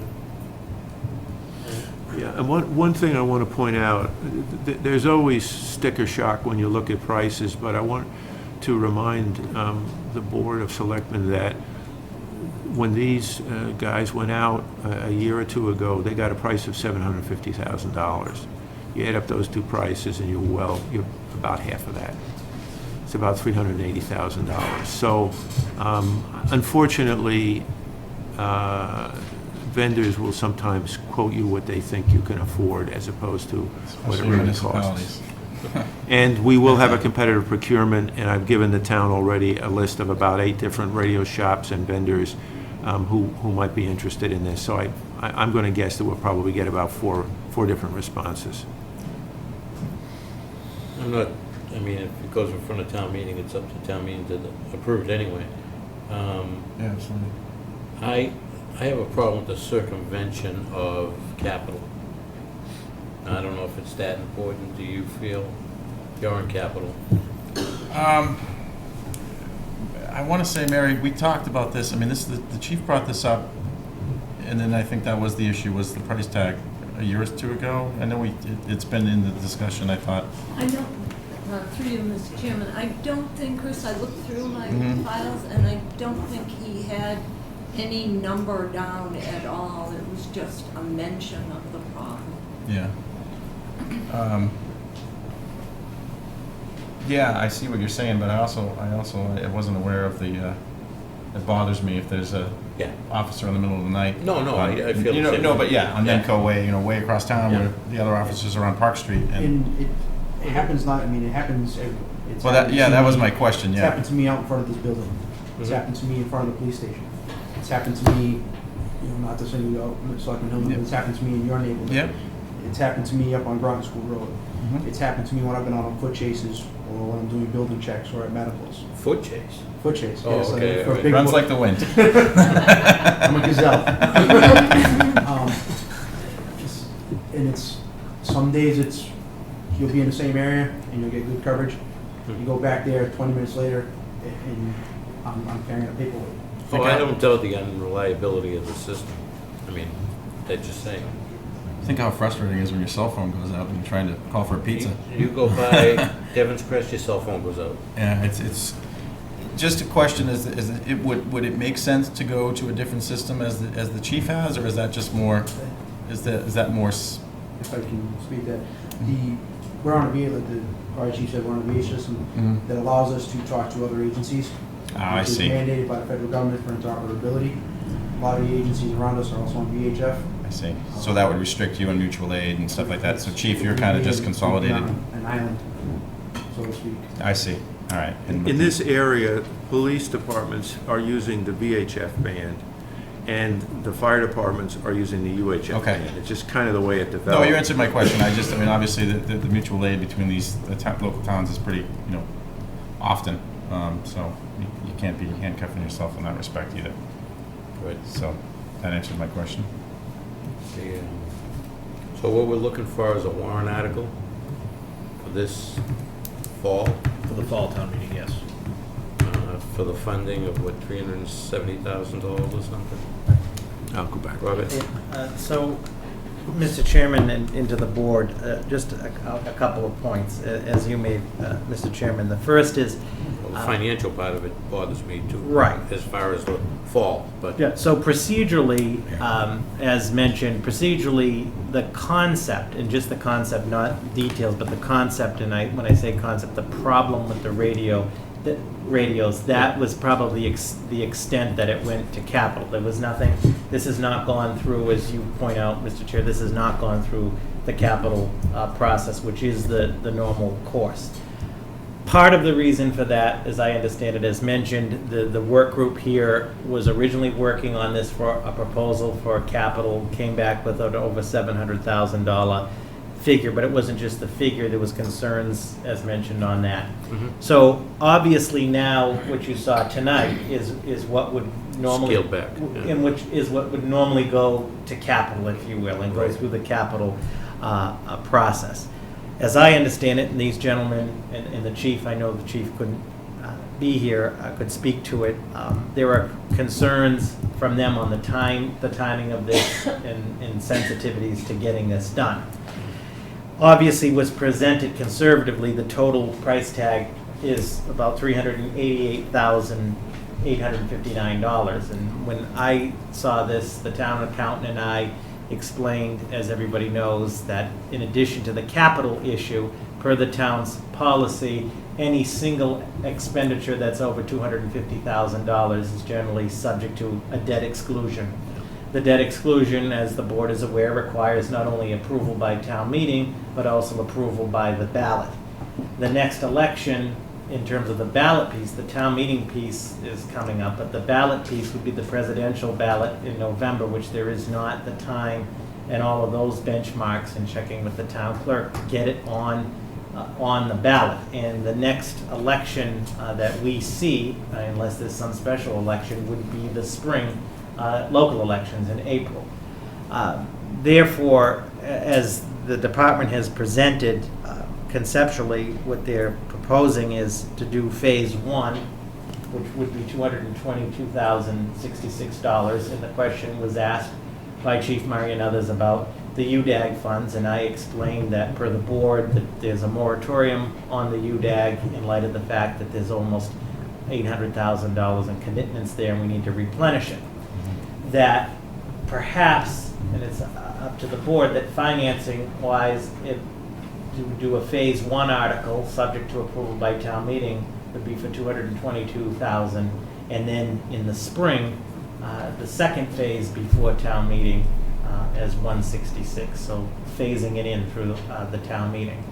But I think it's good points, again, because we want to stay consistent with the policies, and this in no way reflection of the department or these gentlemen trying to subvert anything. It's not. Right. Timing is not always key. It's not a toy. Right. I mean, this is a But safety issue. we do take it serious, as these gentlemen do, that it's now presented, if you will, for capital, but to wait on that process will miss the October town meeting consideration. The debt exclusion, if it was all one project at $388,000, the problem, again, pushes it to the spring to get it on the debt exclusion. So this, as a compromise proposal, would be to put it in two phases, with both phases ultimately subject to town meeting approval. Let's not put it before the voters. And how we fund it. Raise and appropriate. Yeah. Yeah. I think you explained it well, to Gary's point. I mean, of the time consideration.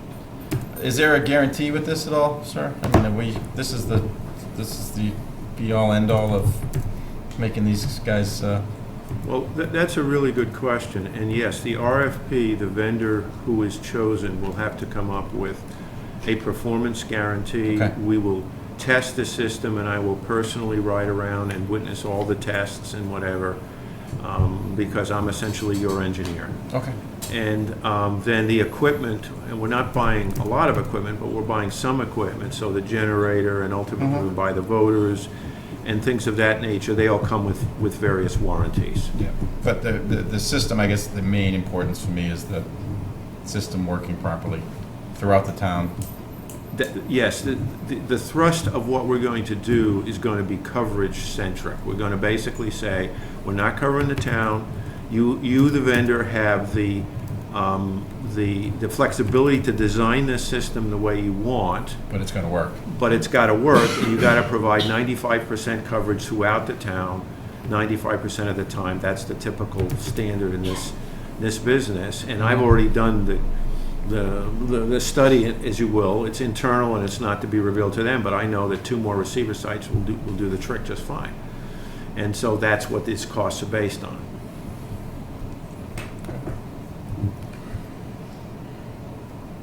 I didn't mean to, you didn't intentionally circumvent.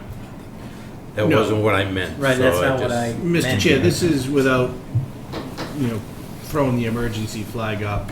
This has been a problem we've been trying to mitigate. Yeah. If you've ever had the opportunity to listen to one of your officers try to call out for help and then not get the rest of the message, it's a bothersome transmission. I'm sure it is. And I'll see if I can expand upon it. The department and the radio shop have been working tirelessly since the equipment upgrade in 2011. They've tried different antennas, they've tried different wattages. We've increased from portables that we did have, that we purchased with the 2011, to these upgraded portables on grants, because these have more wattage in an attempt to reach the station. We've been continually working on this to try and not have this problem. And even when developing this, we've looked at ways around town to look at, like when we looked at the generator, the thought of the old generator at the fire station, the old fire station came up. In retrospect, when we looked at it, it would cost us more in repairs than we just go and buy a new one.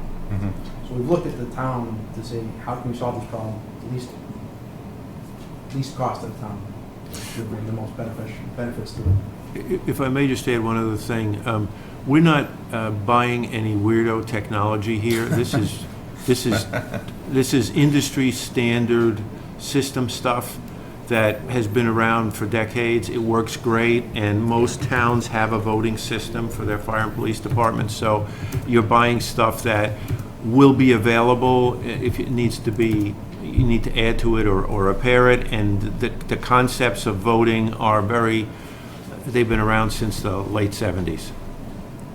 No, I don't think either one of us question that.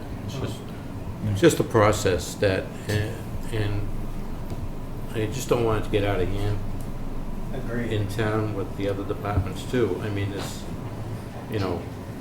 fall town meeting is supposed to be more policy stuff. Clean up, yeah. But I understand the time constraints, I do. Yeah, I agree with you. And I mean, I see a need for it. yeah, absolutely, and I think maybe we address that after fall time meeting in the future. Yeah. Yeah, I mean, obviously, but Yeah. I guess I don't want to put this off, and Right. and you know how it's worked. That's the elephant in the room. We brought it up. Right. So if we sit on it, Right. it's bound to something that's gonna go wrong, I think.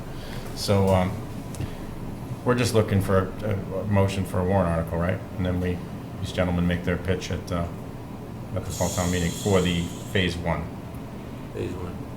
Right, so. because we're under the debt exclusion Right, with so 222. the funding proposal would be for a warrant article for $222,066 for the fall town meeting, and then $166,793 for the spring. So we'll make that obviously when we open the warrant in the Right, spring. so Okay. the issue tonight is the phase 1. Okay. Yes, Chris.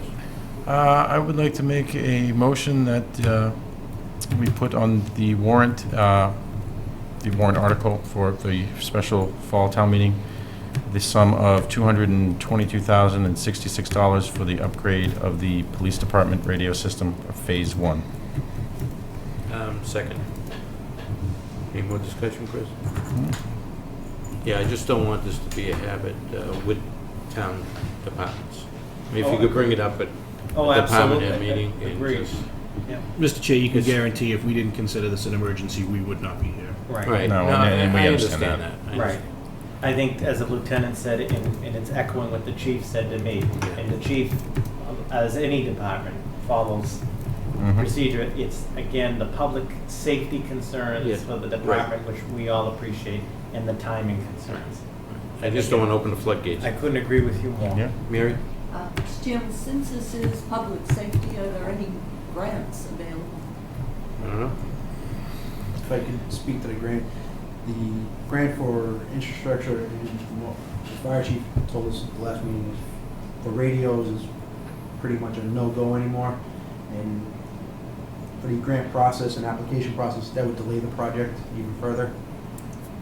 We're trying to Like, could we go forward with the project, Right. apply for the grant, because the governor and lieutenant governor are always stressing public safety? Right, And not to delay the project, but just to Exactly. reimburse Mhm. whatever it would be, right? And- To that note, Mr. Chair, whenever we get an angle on a grant, especially towards this project, Yep. Officer Krasinskis is our grant guy, and he's put out several state and federal grants. Unfortunately, we have not heard back from Okay. it, and it's been over a year. All right. All in favor? Aye. Thank you very much. See you at town meeting. Thank you, guys. Have a good night. Thank you, sir.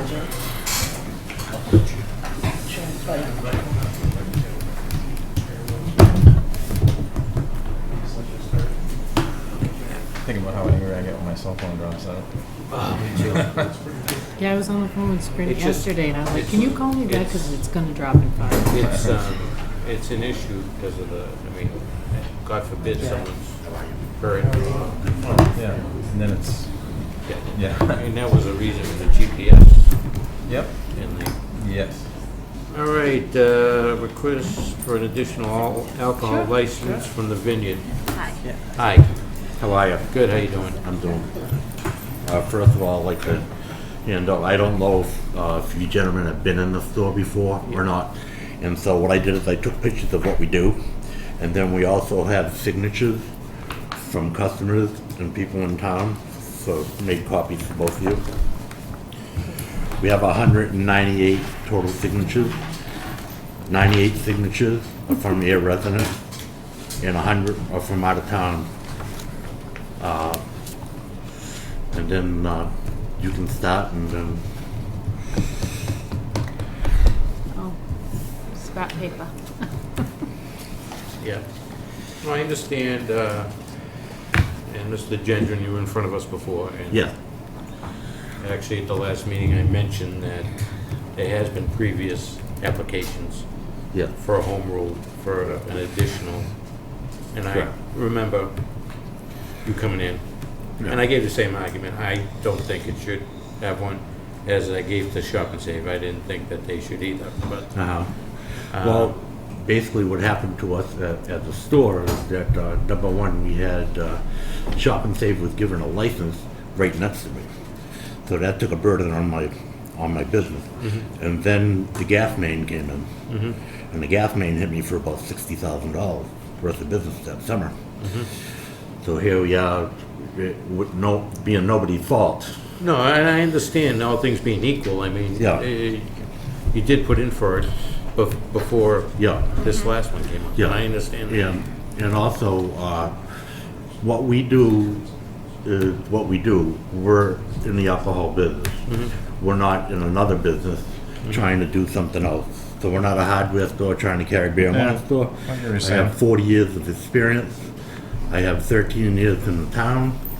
I choice my school, my kids here. I'm involved in the community even though I don't live here. Yep. And if anybody was to have one, I feel that I'm the person to have one because I'm the most qualified. And also with the signatures, one of the things that I wanted to bring across was that the 100 out-of-towners, that's extra business that we're bringing into town. So we're a travel route of going through on two-way, coming from the 495 belt. So there's a lot of people going to towns in Pepperell, Groton, Lunenburg and whatnot. A lot of those customers are ours going through. We give a good value, we give a good price, and that's why people shop us. And also, as far as public safety is concerned, is that we know the business. We know not to serve drunks. We know not to serve, cater to anything that would possess any problems here in the town of Ayer. So the town of Ayer is our number one priority. I understand. You have any questions? So I supported putting the I actually got called by the Globe this week to give a What's that, different. I said I actually got called by the Globe today to give a view of why I supported the home rule petition, and I honestly supported it to put it before town meeting. I am not in favor of, and I said at the night of the meeting, I'm not in favor of beer and wine in a grocery store. But the petition, correct me if I'm wrong, the board then has the license. It doesn't matter if it goes on the warrant, correct? The town, if the town is awarded through the whole process, which might take a year, whatever, through, it doesn't automatically go to Shop and Save, right? We are the ones who would dictate that Unless- extra license. Unless the warrant article states it. So, Mr. Chairman, to Selectman Hillman's question, and actually that's what number 2 under my report was, the board conceptually supported a home rule petition to go before town meeting. A decision that you have to make to clarify, because it wasn't clear at the last meeting, which what I was going to bring up tonight, is in researching the issue and also talking to council, the board has a choice. So in other words, the article, the home rule petition could be to petition the legislature for one additional license. And so if that passes town meeting, and that's the key thing, whatever we do, if that passes town meeting, it will then go to the state legislature, which, as was explained at the last meeting, timing procedurally, that would probably be taken up by them sometime in the spring of 2017. If they granted it to add another license, then it would come back to the town as an additional license, with which the Board of Selectmen, as the license commissioners, would then have to determine how to issue that license. The second method is the warrant article could be specific. In other words, it could be specific to get an additional license, in this case, for Ayer Shop and Save, which was the issue last week.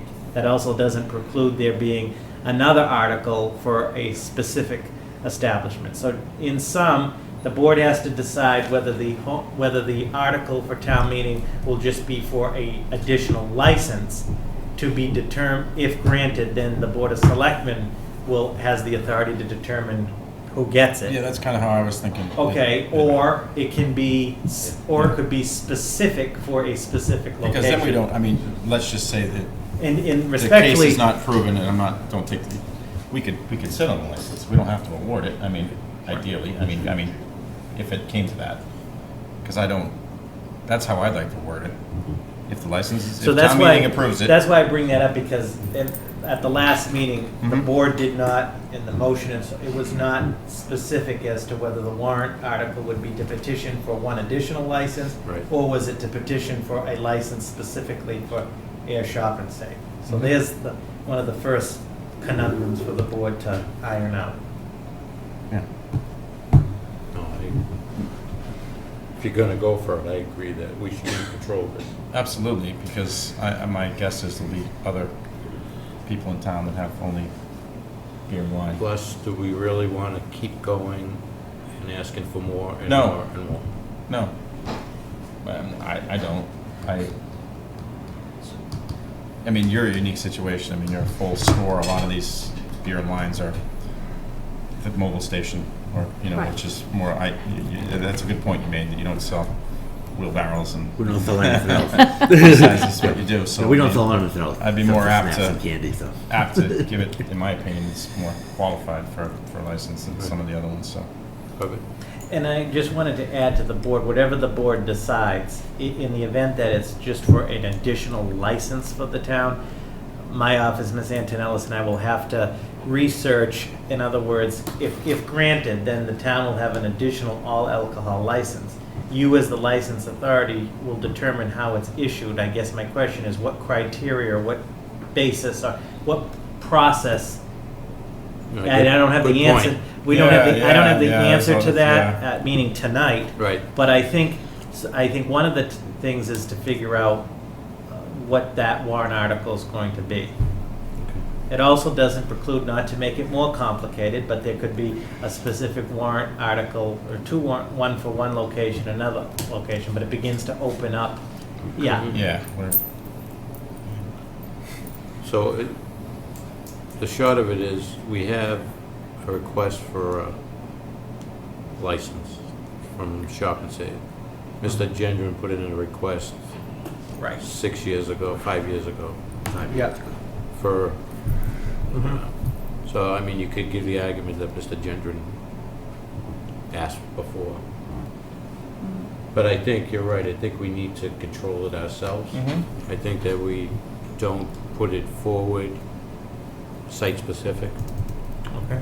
I mean, that's. No, I agree. I mean, you have two businesses across the street from each other, so you pick one over the other. I mean, it's, Yeah, right now, because he came before us a week before you did, yeah, for the home rule petition. I mean, it does open up a can of worms if we do it another way. right. We'll be having a So, whole line of people here every other week. so the short of it, I don't think we're apt to put another home rule petition in. I don't know if you. No, Chris, I was under the impression when I saw you coming that this was a broad license that the town would have, and we could distribute it as we saw fit. It can't be that way. And that's It kind of can't be how that- I would like it to be. My because I- point for tonight was, Yep. the board needs to take Clarify a that. vote to Yep. clarify that. Yes. And I just offer, we'll have to research this. The key thing that everybody needs to know, I know the board knows this, the key is that the people of Ayer at town meeting have to pass it. In other words. Correct, and that was the point of just putting it there if that's. Right, what and then people we feel. all know it's gonna take at least till the spring for the Mhm. legislature to act on it. We, most likely based on if it passes town meeting, the legislature tends to approve them. Mhm. But then it's gonna come back here, and the board respectfully will have to decide how it's going to issue that. Right. And to who. Right. We don't have the answers to that tonight, obviously. So basically, we're not in favor of sending another home rule petition.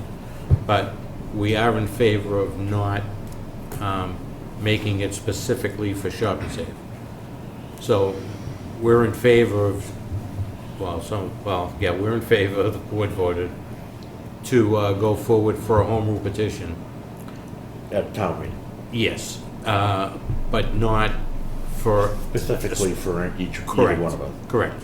So you're At still in the running. At this time. Yeah, Right. No. so you're still in the running. Right.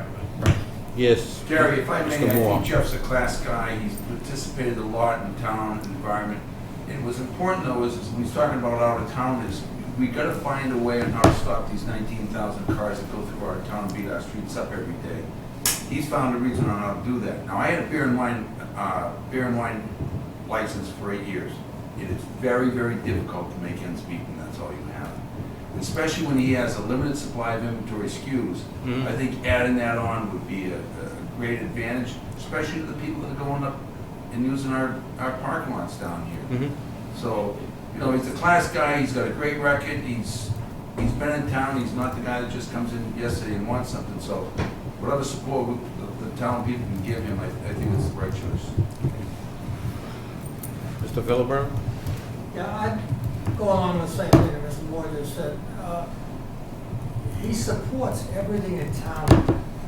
The school system, the different organizations that ask him for money, donations, and I've known the family for many, many years. And this is a classic small business versus big business, in my opinion. I don't know. No, I think, yeah, that's why we don't want to. Should it, but by using the name Shorefine at the town meeting, Shorefine, Shop and Save. Shorefine was in Tingsboro, wasn't it? Yeah. Would that make a difference? Would that limit it? Yes. Yeah. So you'd add the vineyard to that? No, we... Or take Shop and Save off? No, Correct. we would, yeah, it would be just a vague license that the board would control. So we could assign it to The highest any, bidder. yeah, I mean, but any establishment really, but Yeah. it wouldn't preclude it from Mr. Gendron or the Shop and Save or whoever else wants to apply for it. He's a class act with I know him through the sports. He supports the sports up at the school. Okay, thank you. Thank you. And though I'm not a resident of Ayer, I am a landowner, property owner, and taxpayer for the building that Jeff Gendron occupies. Oh. And am here to support him as a class act, as a good tenant, as a good citizen, and as a small businessman. And I think that I would like to put before you that when you support him, you support the small business landowner property. Oh, absolutely. as well. Yeah. Thank you. So we, good? So, respectfully... Do you want to take up the other one now? Well, what I was going to ask tonight in my report, what would be helpful is if the board, in terms of the warrant, then if the board would take a definitive vote on the type of home rule petition. So, not to speak for the board, but I'm assuming that the article will be to petition the state for one additional license. It won't be specific for any location or any business. Assuming it passes town meeting and the legislature and comes back, then the Board of Selectmen, as the license authority, will have to determine how and who that's going to be issued to. And Did you get that? I already did, yeah. Yes. Yes. I have a question on that. At town meeting, can that petition be amended to be specific? And I'm just trying to make sure that the article that you present is the article that gets voted on and doesn't get sort of a secondary effort to take that responsibility away from you. How would that work? Because what if whoever applies is not qualified and they are awarded that home rule petition? I mean, we still have to have purview over the. Well, if you grant it if you grant it for a general, they still have to apply through the ABCC and they get vetted by the ABCC. But can it be changed on town hall meeting? So, Mr. Chair, through you to Ms. Donahue's question, is the article will be for a general license, so if Is passed. it amendable? So, through the chair, at town meeting, it is amendable, as all articles are, again, subject to Robert's rules and subject to the moderator and the proper protocol. In full disclosure, an article can be amended, it can be withdrawn. I mean, that's how town meeting operates. I think the intent of the board, usually when the articles are put forth, and the board has made it pretty clear that this will be for a general license. But in full disclosure, and many who've been to town meeting, anything is possible within the rules of town meeting. But you're right. All right, hands tied. Yeah, our hands tied. I'd be, good luck if it's amended. You don't have my support. I mean, we do it the right way, and vet the process, and have Mr. Gendron and whoever else applies for it come before us and make their case. I mean, you made a great case for me. I appreciate when people come in and business owners and stuff, so. I mean, our original intent was to do it generic, anyway. Correct, and that's So- how I understood it. Okay. I'm glad you explained it tonight, but. Yeah. And I would respectfully just, you've clarified it, is if you would just respectfully take a vote to that effect, so if anybody asks, because What's I'm that gonna. motion? Yes. Because Mr. Celeste, I'm just, he may understand it. Yeah. Well, he may understand it that it's specific to him, because it was Okay. unclear at Okay. the last meeting, respectfully, so. So we need a motion to approve a warrant article for a home rule petition for an additional all alcohol liquor license for the town, for the town of Ayer on the fall town meeting warrant. So moved. Second. Any more discussion? Okay. I have one question. Sure. Okay, if it goes to the town meeting and everything goes through, the process for myself and other people would be like applying for a license, like there is one available, so it's the whole nother process coming back in front of the board, Correct. right? So, Yeah. new applications, Yeah. new Yeah. everything Right. would go in. In other words, this Yeah. wouldn't sit there because of the fact that I've already applied for it. No, I don't know. Is that amended or is that a whole new license? No, so what would happen is he would be converted to, say, you guys deemed the vineyard, you'd get you'd be an all alcohol, Yeah. but then your beer and wine opens up, so someone. No, I could- understand Yeah, that. okay. No, the point that I'm trying to make is Paperwork. that the license, all of a sudden the town has a new license. Right. So it's a whole new process for me, and I would have to apply for the license. I wouldn't automatically be considered for the license because I'm here tonight. Is that correct? Correct. Correct. So just. Correct. Still has to be approved by Yeah. the. Right, right. Yeah, That's so- what I just wanted to clarify before. Yeah, so 30 last seconds of clarification from the chair. So they've just approved, Right. what you'll see on the fall town meeting warrant is a warrant article that, if passed by town meeting, will Right. go to Boston, Right. passed by the legislature, Right. give the Board of Selectmen one more all Right, alcohol right, right. license.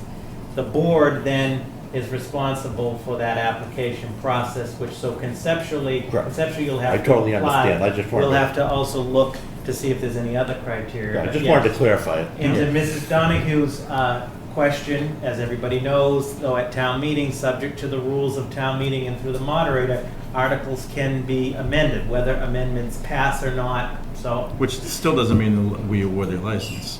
We are ultimately the ones who award the license, right? Right, Yeah. that's true, so yes. So, I mean, it could be amended to anybody if someone brings enough people to town meeting, but Yeah. we still have to see if they're fit to have a license, and. Oh, that's a good point, too, Yeah. right. What was that? I missed that. So what Selectman Hillman is saying that is, even if the article, so the article is general, that's Yeah, the intent okay. of the board. Correct. But let's just say at town meeting, because anything's possible, I'm just Right. saying, let's say at town meeting, Smith's variety is amended. And just- Yeah, right. And Smith's variety in the article passes. What Selectman Hillman's saying is, just because that article passed, doesn't mean it subverts the ABCC rules, and we just Right, can't right, give right. it to, Right, it has to right, meet all right. the No, I standards. understand that. I understand that. Yeah. We still have to. Yeah, We still have to approve it. Right. Right, the board still has to Right, approve. right. So, All in favor? Aye. Aye. okay. Okay. All right. Thank you very much. Thank you. You're welcome. Thanks for your time. Okay. Have a good night. Thank you. Good night. Is your report up next? Yeah, so, What's that? We're gonna be home late. no, we already kicked off one of them. Yeah. We don't get anything to vote on, right, for a minute? You can take a couple I just want to go to bed. 5-minute break. Yeah, I think, yeah. Hurry up. I won't be right behind you. Can I have your appetizers? Yeah. I'm so hungry. Last night.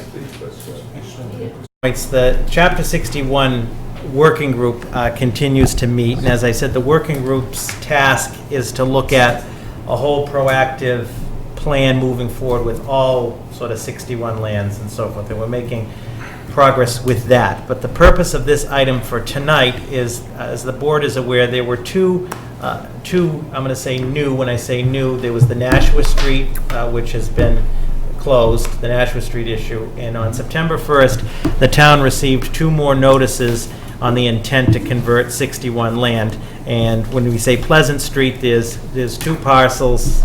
Well, conceptually, there's the Riley Jane, and then there's the Cowfield land. Upon review and consultation with town council and the town assessors and so forth, the Riley Jane notice to convert is legally sufficient. So as of September 1st, the clock, the 30-day statutory clock for the town to do an appraisal has commenced. So with respect to the Riley Jane intent to convert, that clock started on September 1st, and the 30 days would be September 30th. If the board's intent is to exercise its right of first refusal with respect to the Riley Jane piece, it would require, again, an appraisal, as was done with the Nashua Street extension. The quote for that appraisal, as it was for Nashua Street, was $5,000. I explained to folks that were concerned about this that the board was not going to be using any more UDAG funds, as we discussed earlier, and that there were not appropriations within the FY16 budget for further appraisals. So I know that the CPC has indicated to me, the Committee on Community Preservation. Thank you. Community Preservation is meeting tomorrow night. That's going to take up the issue of appropriating or authorizing funds to do the appraisal. The issue, however, is that to do the appraisal respectfully is going to require a mutual agreement from the private property owners, because I talked to the appraiser that we have used in the past to get just a quote would be $5,000 is the estimate, but they will not. There's no way they can get the appraisal done by September 30th. We would need an extension probably till the middle of October, and so the private property owner would have to agree to that extension. So the first starter on it is agreement to the appraisal extension, which I would ask the board authorization to request that, and there's no guarantees on that. And secondly, it's subject to the CPC being able to take an affirmative vote to authorize the funding, and I don't claim to be an expert on the particulars of the CPC funding Yeah, the original intent of that is to do due diligence to a property that we're going to approve. Okay. And I thought it was with CPC funds that the due diligence needs to be done. So I don't know if it is applicable. Okay. The money was put in there so if you're using community preservation funds, that you could act quickly on it. And you could do an appraisal and whatever else there may need to be done, hazardous 21E. So those are, just to frame the issue, those are the two issues with the Riley Jane. If the town wants to move forward with exercising its right, we would have to get a mutual agreement from the property owners for an extension to do the appraisal, and that would assume that the CPC, their meeting tomorrow, can approve the funding for that appraisal, because there isn't the funding within the budget.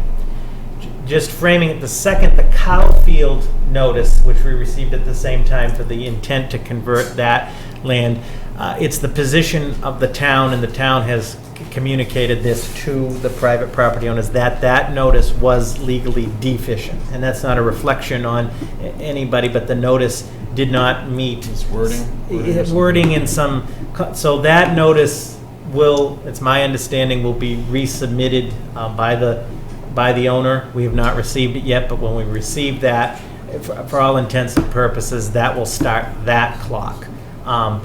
If the town was to reserve its right of first refusal on the Cowfield portion, Which one is Cowfield? we would Over here.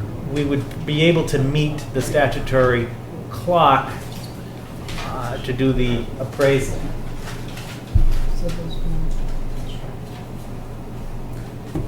That's Cowfield. This is Riley Jane. Okay. Kevin, have you gotten an appraisal on Riley Jane? On appraisal for what? So the property. We haven't had to. Oh, okay, I just, The only question is, why you bring up the price of appraisal, I think you guys are getting had on appraisal prices, because I had one done for the bank, you guys were saying 5,000, I want to say mine for the bank was under $1,000 for the same piece of property. So I think. Yeah, I have to concur with Yeah. Mr. Moore. I So- had an appraisal done recently on some property, and I think if obviously the municipality factor comes in where yeah, we get whacked. that and let me clarify. I probably wasn't clear on it. The CPC's intent on the 5,000 would be to cover both of them, and it has somewhat of a contingency. So in it. that wasn't paid, but just an approximate. Right, that's the estimate. Gotcha. And then just for the board's benefit and the public's benefit for what we're, this is the Riley Jane piece, right? Mhm. Both of them. This is Riley Jane, and this is the Cowfield portion. So this, the notice to convert this was sufficient as of September 1st, and by the statute expires on September 30th. October 1st. October 1st, thank you. And this one is going to be resubmitted. And then this area in between is the power line easement. what's the size of this one compared to the one you got approved? One that was approved was 4.6 acres. The Cowfield, I believe, is 20-some odd acres. I think Riley Jane is about 15 or 18. Yeah, it's on here. It is up there. It's just small, but I have the larger rendering. Rob, Yeah. I'm surprised that hasn't been refiled by now. You're It saying has. it hasn't been? It hasn't. We haven't Sometime seen getting it. fired tomorrow. Yeah, Riley Jane is 6.23 acres in one of these. 5.76, correct. So both of them to the 11 point. Yeah.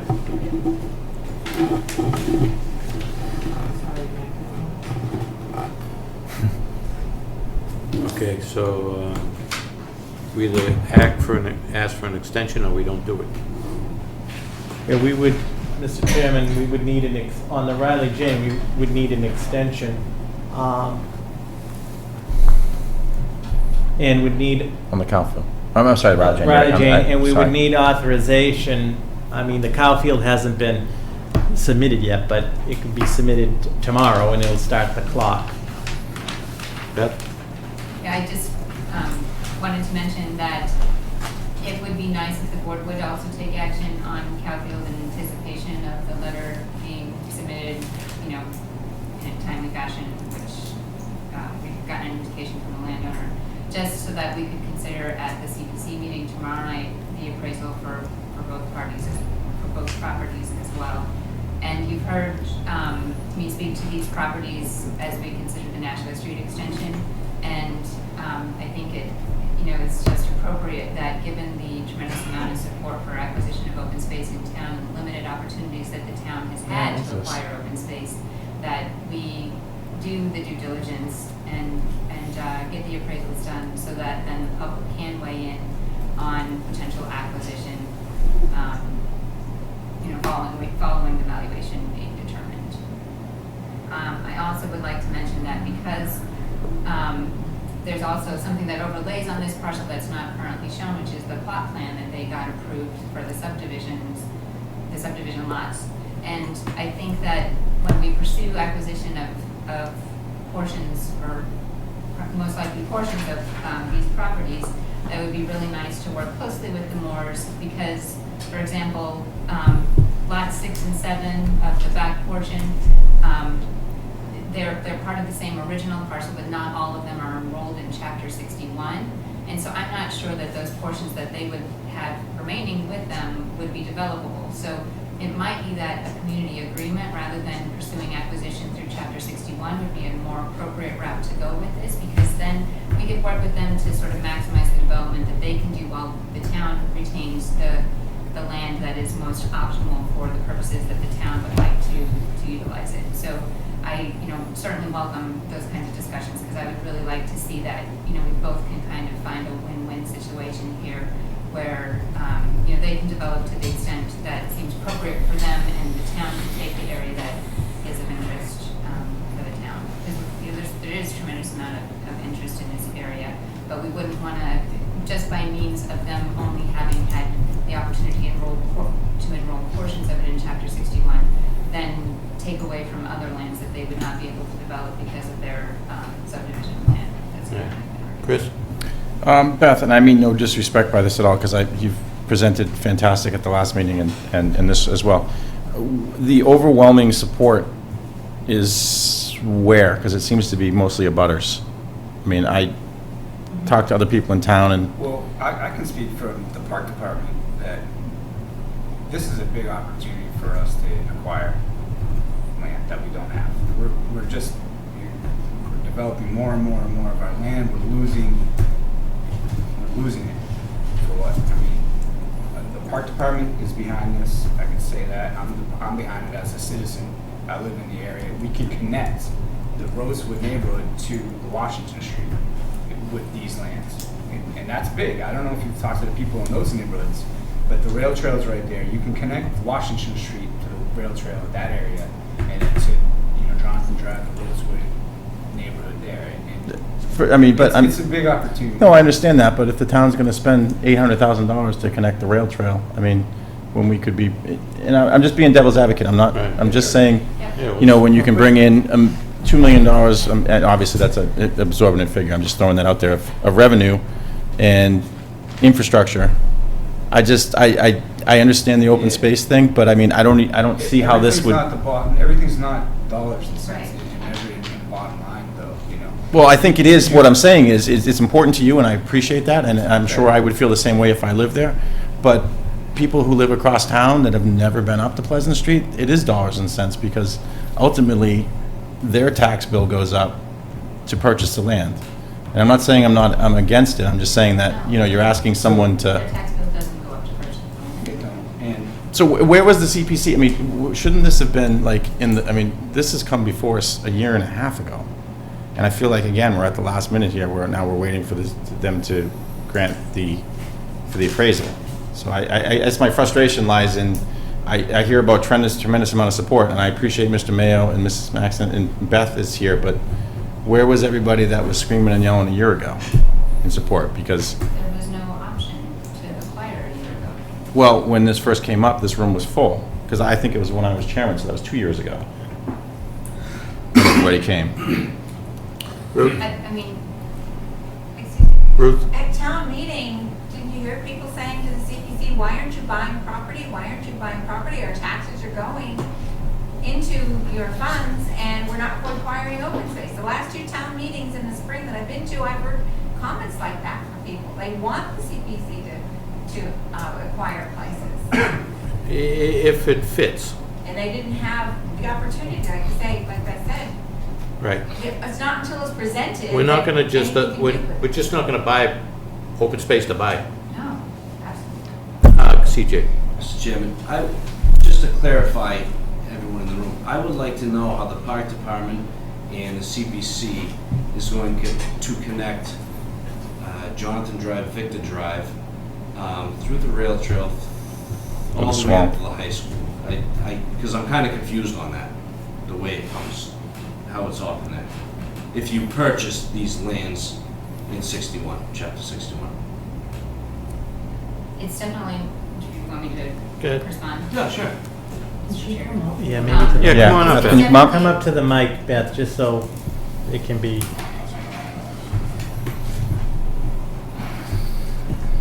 definitely a multi-step process and not an easy one. We recognize that, but we're not going to have the option to do it and build towards the future goal of having these kinds of options for connectivity, safe routes to school, multimodalism.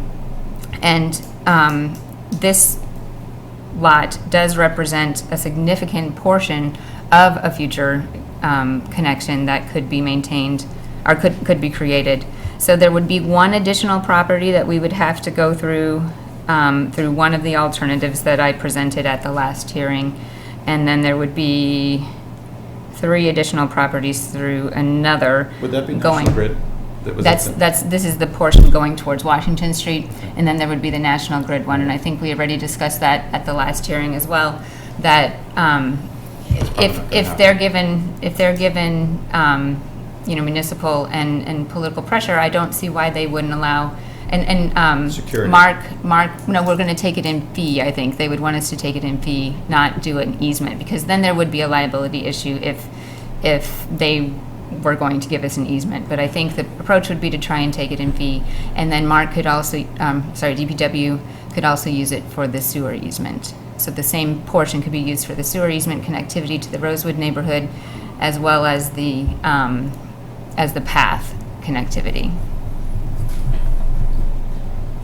Mr. Chairman, if I may. Yes, Mr. Moore. Now, With all due respect to you, Beth, I complimented you at the last meeting, but I have also offered out my hand to meet with you on several occasions, and you have not taken up one of those invites to meet with me so that we could be working on this, and that goes back 1.5 years or 2 years ago. So the only time I hear from you is at these meetings. I have offered to meet with you. You have not made that follow-up. Well, the second thing is that Rosewood to Washington, I'm sorry, but nobody's ever asked me about that. We own a lot of that property that's going to be involved. I got the 9 acres up there that I told you that I'm leaving for open space. That'd be a key part of this whole thing into Washington Street. And you say working with the Moores, I think that sounds great, but the only time you guys want to work with me is in the meeting trying to shoot us down. So I'm having a real problem with that. We've owned the land for 150 years in our family. It's time for us to move on in town and to do other things with our funding. And you guys are always waiting until the last minute. With all due respect to you, Beth, you guys have done a great job. But don't come at the last meeting at the 11th hour and say, hey, can we have an extension for the appraisals? Where were you guys 5 months ago after our last meeting? It's just, what are we supposed to do? Go begging on your door? No, the answer's no. and we did meet within the last 5 months. You and I. You met with me? Yes, you and I sat down with Alan. Yes, you are correct on that. And whatever happened to that meeting? Not much. Right. Well. But you are right on that. Yeah. Yeah. And I'm trying to build a bit of a relationship so that we can pursue these kinds of opportunities. And I really I respect the work that you do and have done in town, and the ability for you to take advantage of the opportunity that you have. But the town also has an opportunity, which is one that we do not get very often. And I'd be happy to meet with you as soon as we can. Yeah, we agree. Yeah, but like we said to you last time, we don't care who writes the check. and that's what we're banking on. That's what we're banking on. Who writes the check? Yeah. But we do have to ask for some good graces in terms of the timeline, because it's really not feasible, and we'll have to work with. You take 15 house lots up there. What are they worth in town right now? Now, is the town prepared to spend $1.5 million on that property? Exactly. In the connectivity, it just, in my mind, it doesn't happen. You have too many easements to go through. You have private property to go through, all the way up to the school. So It's a ton of private property to go through. It is not Mine easy. included. It's not easy. And the private property thing, the National Grid thing, I'm telling you, someone that deals with National Grid is not something that's going to cost the town. The legality of it is just overwhelming. Yeah, for it's not going to be $1 million to buy a portion of it, though. And the property in and of itself, if the connectivity never happens, is still of value to the town. What is the value, though? Walking paths? Well, that's the very unique property here. That the unique aspect of this is the connectivity for complete communities that currently can't walk and bike to school that can therefore walk and bike to school. That's the very unique aspect of this property, but you certainly have prime ag soil, you have upland adjacency to significant wetland habitats, which are significant. It is not rare, threatened, and endangered species habitat. We have, identified that. But the prime ag soil, which we don't have much of left as vacant land in town, is something that you could consider. And we've had conversations about the other things that we could do with this area. If we end up using CPA funds to acquire it, we would not be in a position of using it for the recreation center or things like that.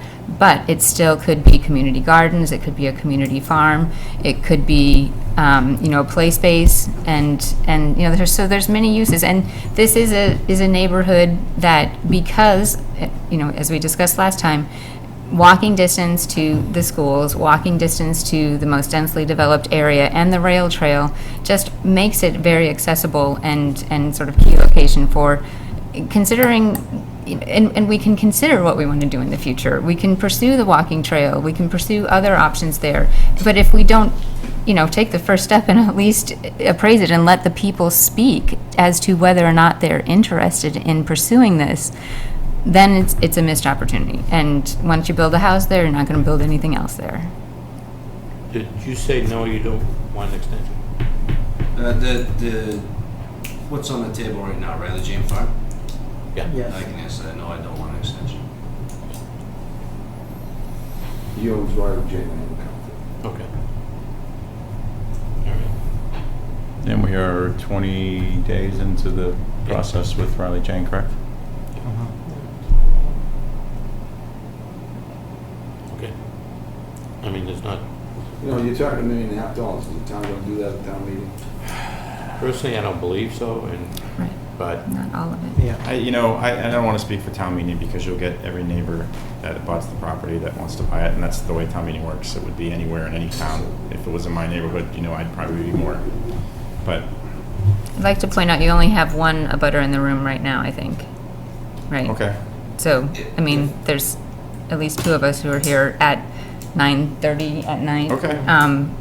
On a Tuesday when. but what we I miss- get frustrated with is we have to take into account every single citizen in this town, and I appreciate your passion for all of you, Jason with the parks and Beth with you with this and everybody. I do, but I mean I have to take into the view of every resident, and I've talked to a bunch of residents that have no idea where this is, and they don't go to the end of Pleasant Street. My daughter has a friend in Pleasant Street. You turn around in their driveway because it's a dead end. You don't go down to the end because Calvin comes out with. But, so. We recognize we have a lot of outreach to do. We do. We need to raise awareness and communicate the value of this area. And I'm all for, I mean, I just reached out to Jeff and Jason this week about getting together about the parks and more fields and, stuff that we've talked about, and they brought the capital and ways we can work together to expand that. You have an opportunity to prove it, right? Where's the Board of Selectmen support for what we're trying to do with the open space and rec plan, the master plan? I take offense to that because we at Capitol have sat there and pushed expanding the park down there 3 years in a row. And we've gotten an attitude from the park department. We have pushed for a walking path. We've pushed to expand down there. We've pushed to build a recreation center. And we've gotten back, we want a storage building. So I take offense to that. No, that's not how. I have a member of the Capitol Committee right there, and I remember you came to this meeting and said you felt like you were called to the principal's office because we wanted to help you. Exactly. But you guys don't want help, but now that it benefits you, we have to show it. Yeah. So that's just a bad analogy, That's Jason. a different situation. Yeah. What I'm saying is we've got these committees put together to find opportunities for recreation, open space, and preserving different items, right? And it's been the ball's been dropped though. I mean, Okay, fine. I this is. I understand mean, that on I the don't know two what you properties. expect us to do. So we still have the other property, over here that is the option. We're not asking to buy it tonight. What we're asking for is the opportunity to appraise it and pursue it and to build support and to, take the next step. That's what we're here to do. okay, so Riley Jane's off the table. So, Mr. Chairman, on that, Cowfield, can we even? I mean, is it accessible without Riley? I mean, Can we start the process? Can we start the process on it before? The issue, which is a legal technical issue, is on Riley Jane, the notice was sent on September 1st, and it is correct, so it started that clock, and you have 30 days to do the appraisal, so we would need an extension on that one, and I'm hearing that the owner is not amenable to that. So I don't know what other option there is on Riley Jane, because without the appraisal, you can't move, it's required as part of that process. Right. The cow field, as I mentioned, technically, that clock hasn't started yet. I don't claim to be an expert on the parcel or so forth. I don't know without Nashua Street, now Riley Jane, what role Cowfield has as a freestanding piece.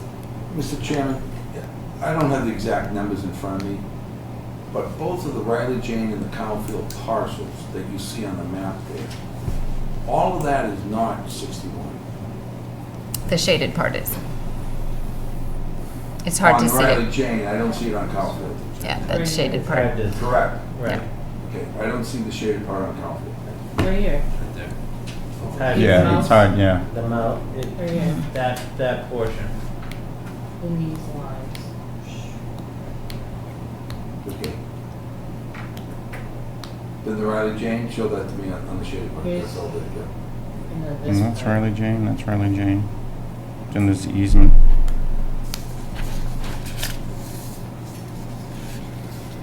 So wouldn't it be landlocked? Yes. Until the road would be put in. What road I'm sorry, though? the what? The road that's been approved in the subdivision plan. I don't have to put that in. Right. So I mean, we would essentially be landlocking 5.87 acres for the purpose of Yeah. people trespassing over other people's property to access it? Because to Jason's point, if it was for fields that we could use it for, or whatever, recreation, great, but Yeah. we can't get to it. Yeah, I think that it would be nice if we could just advance to the point of having further discussion with the landowners and see if there's something that we could work out. To answer your question on Cowfield, yes, you can. To answer your question on Riley Jane Farm, I'm not going to grant an extension. Mind you, if I may speak, I went from 34 lots, which was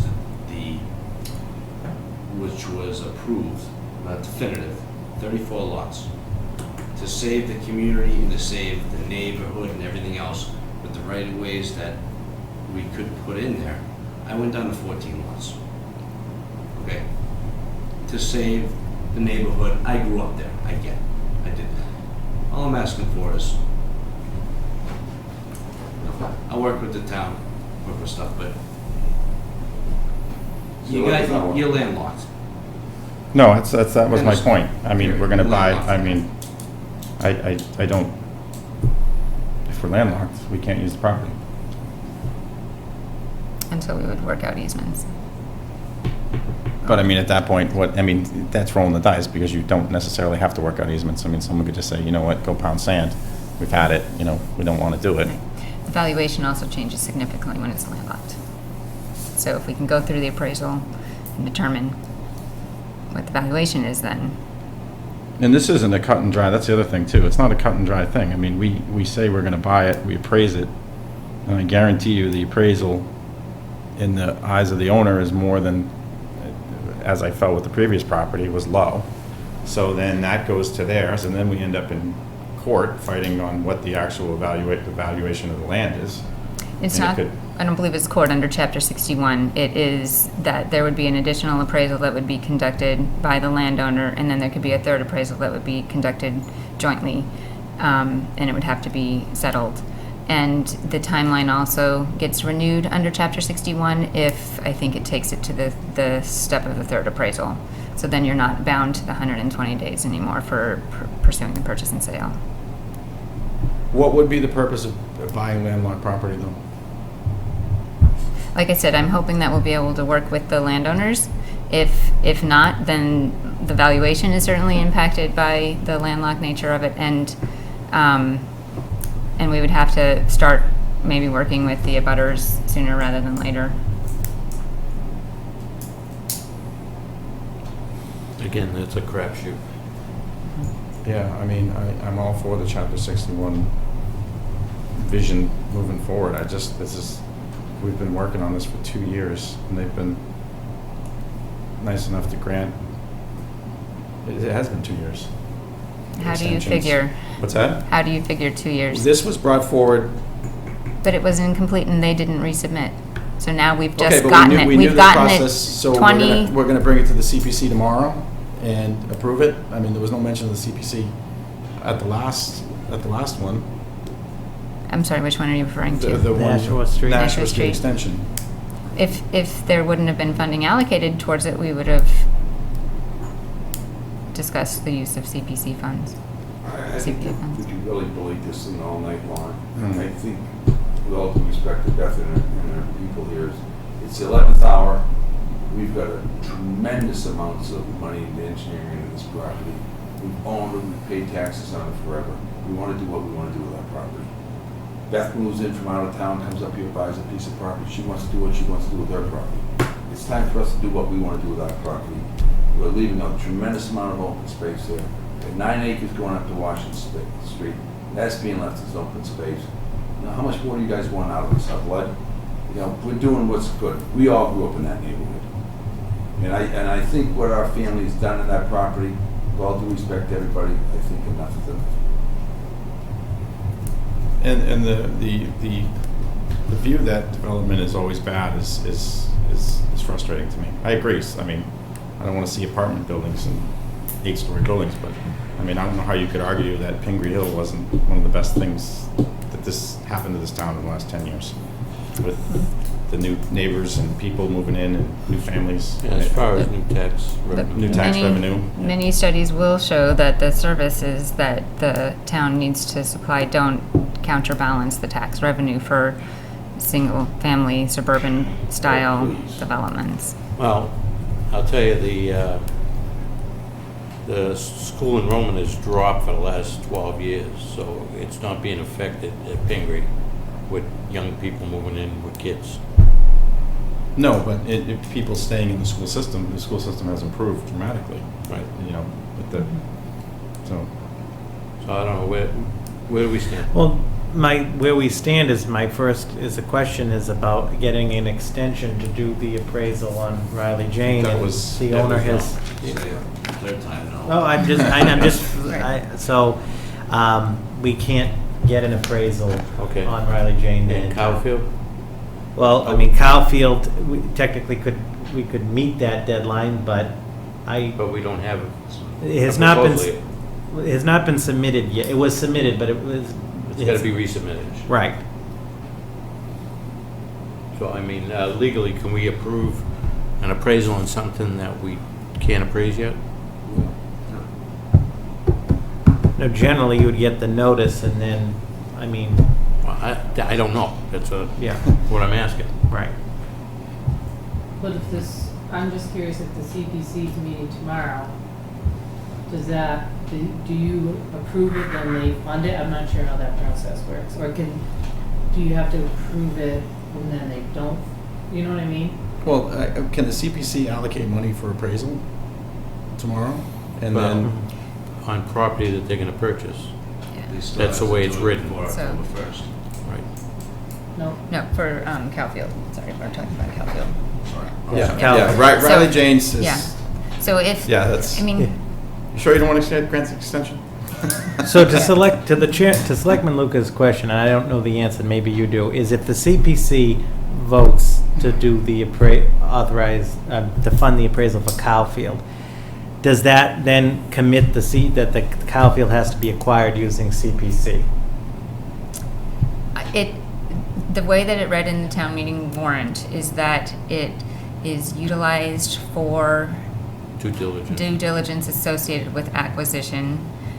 I don't think it states explicitly that it would use CPA funds, but I suspect that we would probably end up using CPA funds, at least in part, if not all.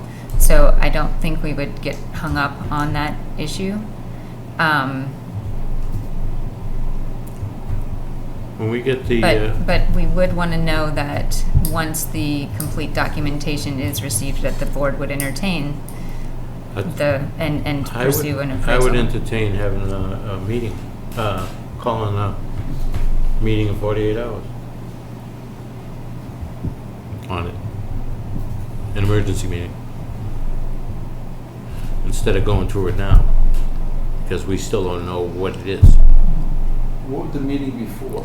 Just to see if we want to do an appraisal and... On Riley Jane? No. Riley Jane's ship has sailed. Has Calfield hasn't been submitted yet? I know. Right. That's what I don't know. That's a question for town council too. But, I mean, I would call a meeting soon after, so we would take a lot of that time out of it. Again, we don't care who writes the check. Right. Right. I can't afford it. Just a small guy from Medford. Okay, thank you very much, everybody. So that's, Yeah, we have to vote on. CJ's, yeah. Right. I make a motion that the town of Ayer waive its right of first refusal on parcels labeled Riley Jane Estates. second. All in favor? Aye. Thank you very much for moving this up. Appreciate it. Thanks. Have a good night. So, Mr. Chairman, members of the board, Thanks, quickly. Beth. Thank you. Thank you, Beth. The next item is the board previously, quite some time ago, authorized the use of UDAG funds for 4 hours of administrative support for the planning board, and this was back almost a year ago, before we had the administrative coordinator. The administrative coordinator has taken on all of the planning board functions. There is some remaining, as the board has, the remaining amount of the money, forgive me, the remaining amount being, Oh, that's right, yep.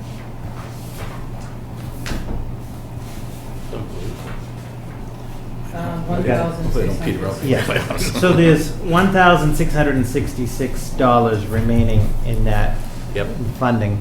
And what I'm respectfully requesting is that the board vote to reallocate those funds from planning board support at 4 hours a week to the Parks Commission for 4 hours a week.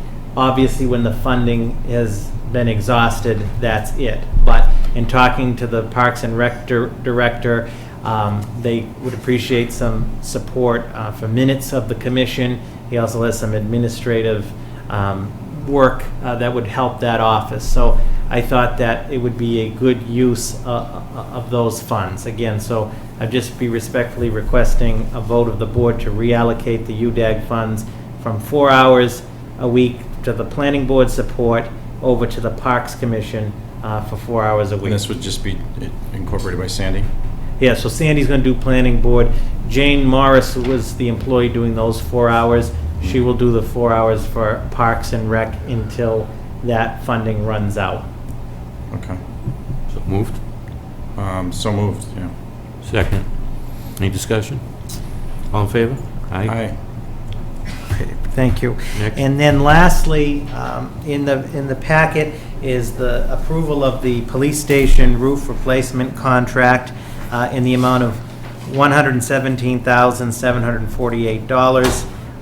Per the contract, it's a 45-year architectural shingle. The contract, upon execution, the contractor, which is Almar LLC, has 60 days to complete the job, which they are very confident that they will do. And we have a 90 days, a total of 90 days for total sign-off on it. We have all of the insurance certificates in the contract. The contractor is covered up to $2 million. We also have the industry submitted warranty on the 45-year I was going to ask architectural that. shingle. Is that what it is? Yes. 45? 45 year. Wow. And per the contract, the labor, the workmanship of Almar has a 12-month warranty on it as far as any of the work. Upon the board's approval, Almar will start to stage and commence with the job on September 26th, I think, next week. They're good to go, and it would be done before winter. So the second piece, I come back, so looking for approval. Contract has been reviewed by town council. There's 2 copies, 2 originals for signature by the whole board. And then the second item is, given the size and the scope of this project, as you can imagine, doing it at the police station is a 24/7 operation. There's a whole bunch of logistics involved and so forth. I'm recommending that the Board of Selectmen authorize a total of 40 hours, so up to 10 hours a week for 4 weeks, to be paid to the facilities director for overseeing the project. In other words, he's done a lot of work on this. It does fall within the scope of his job, but outside of that, we've done that before with wastewater treatment upgrades. Is there funding available? There is funding available from the article. The article that the town meeting approved for the project was $220,000. The contract came in at $117,748, and we also did get this. I don't want to make. We also, the roof has been tested and there's no asbestos either, so that is a huge plus. Okay. So, can I ask a question? We Yeah. don't pay Superintendent Wetzel more money to oversee sewer upgrades. Why are we paying if it's part of his job? I mean that's a fair point. I mean it's up to the board. I mean, I know he's going to stomp his feet and get mad, but I don't understand why we're paying someone extra to do their job.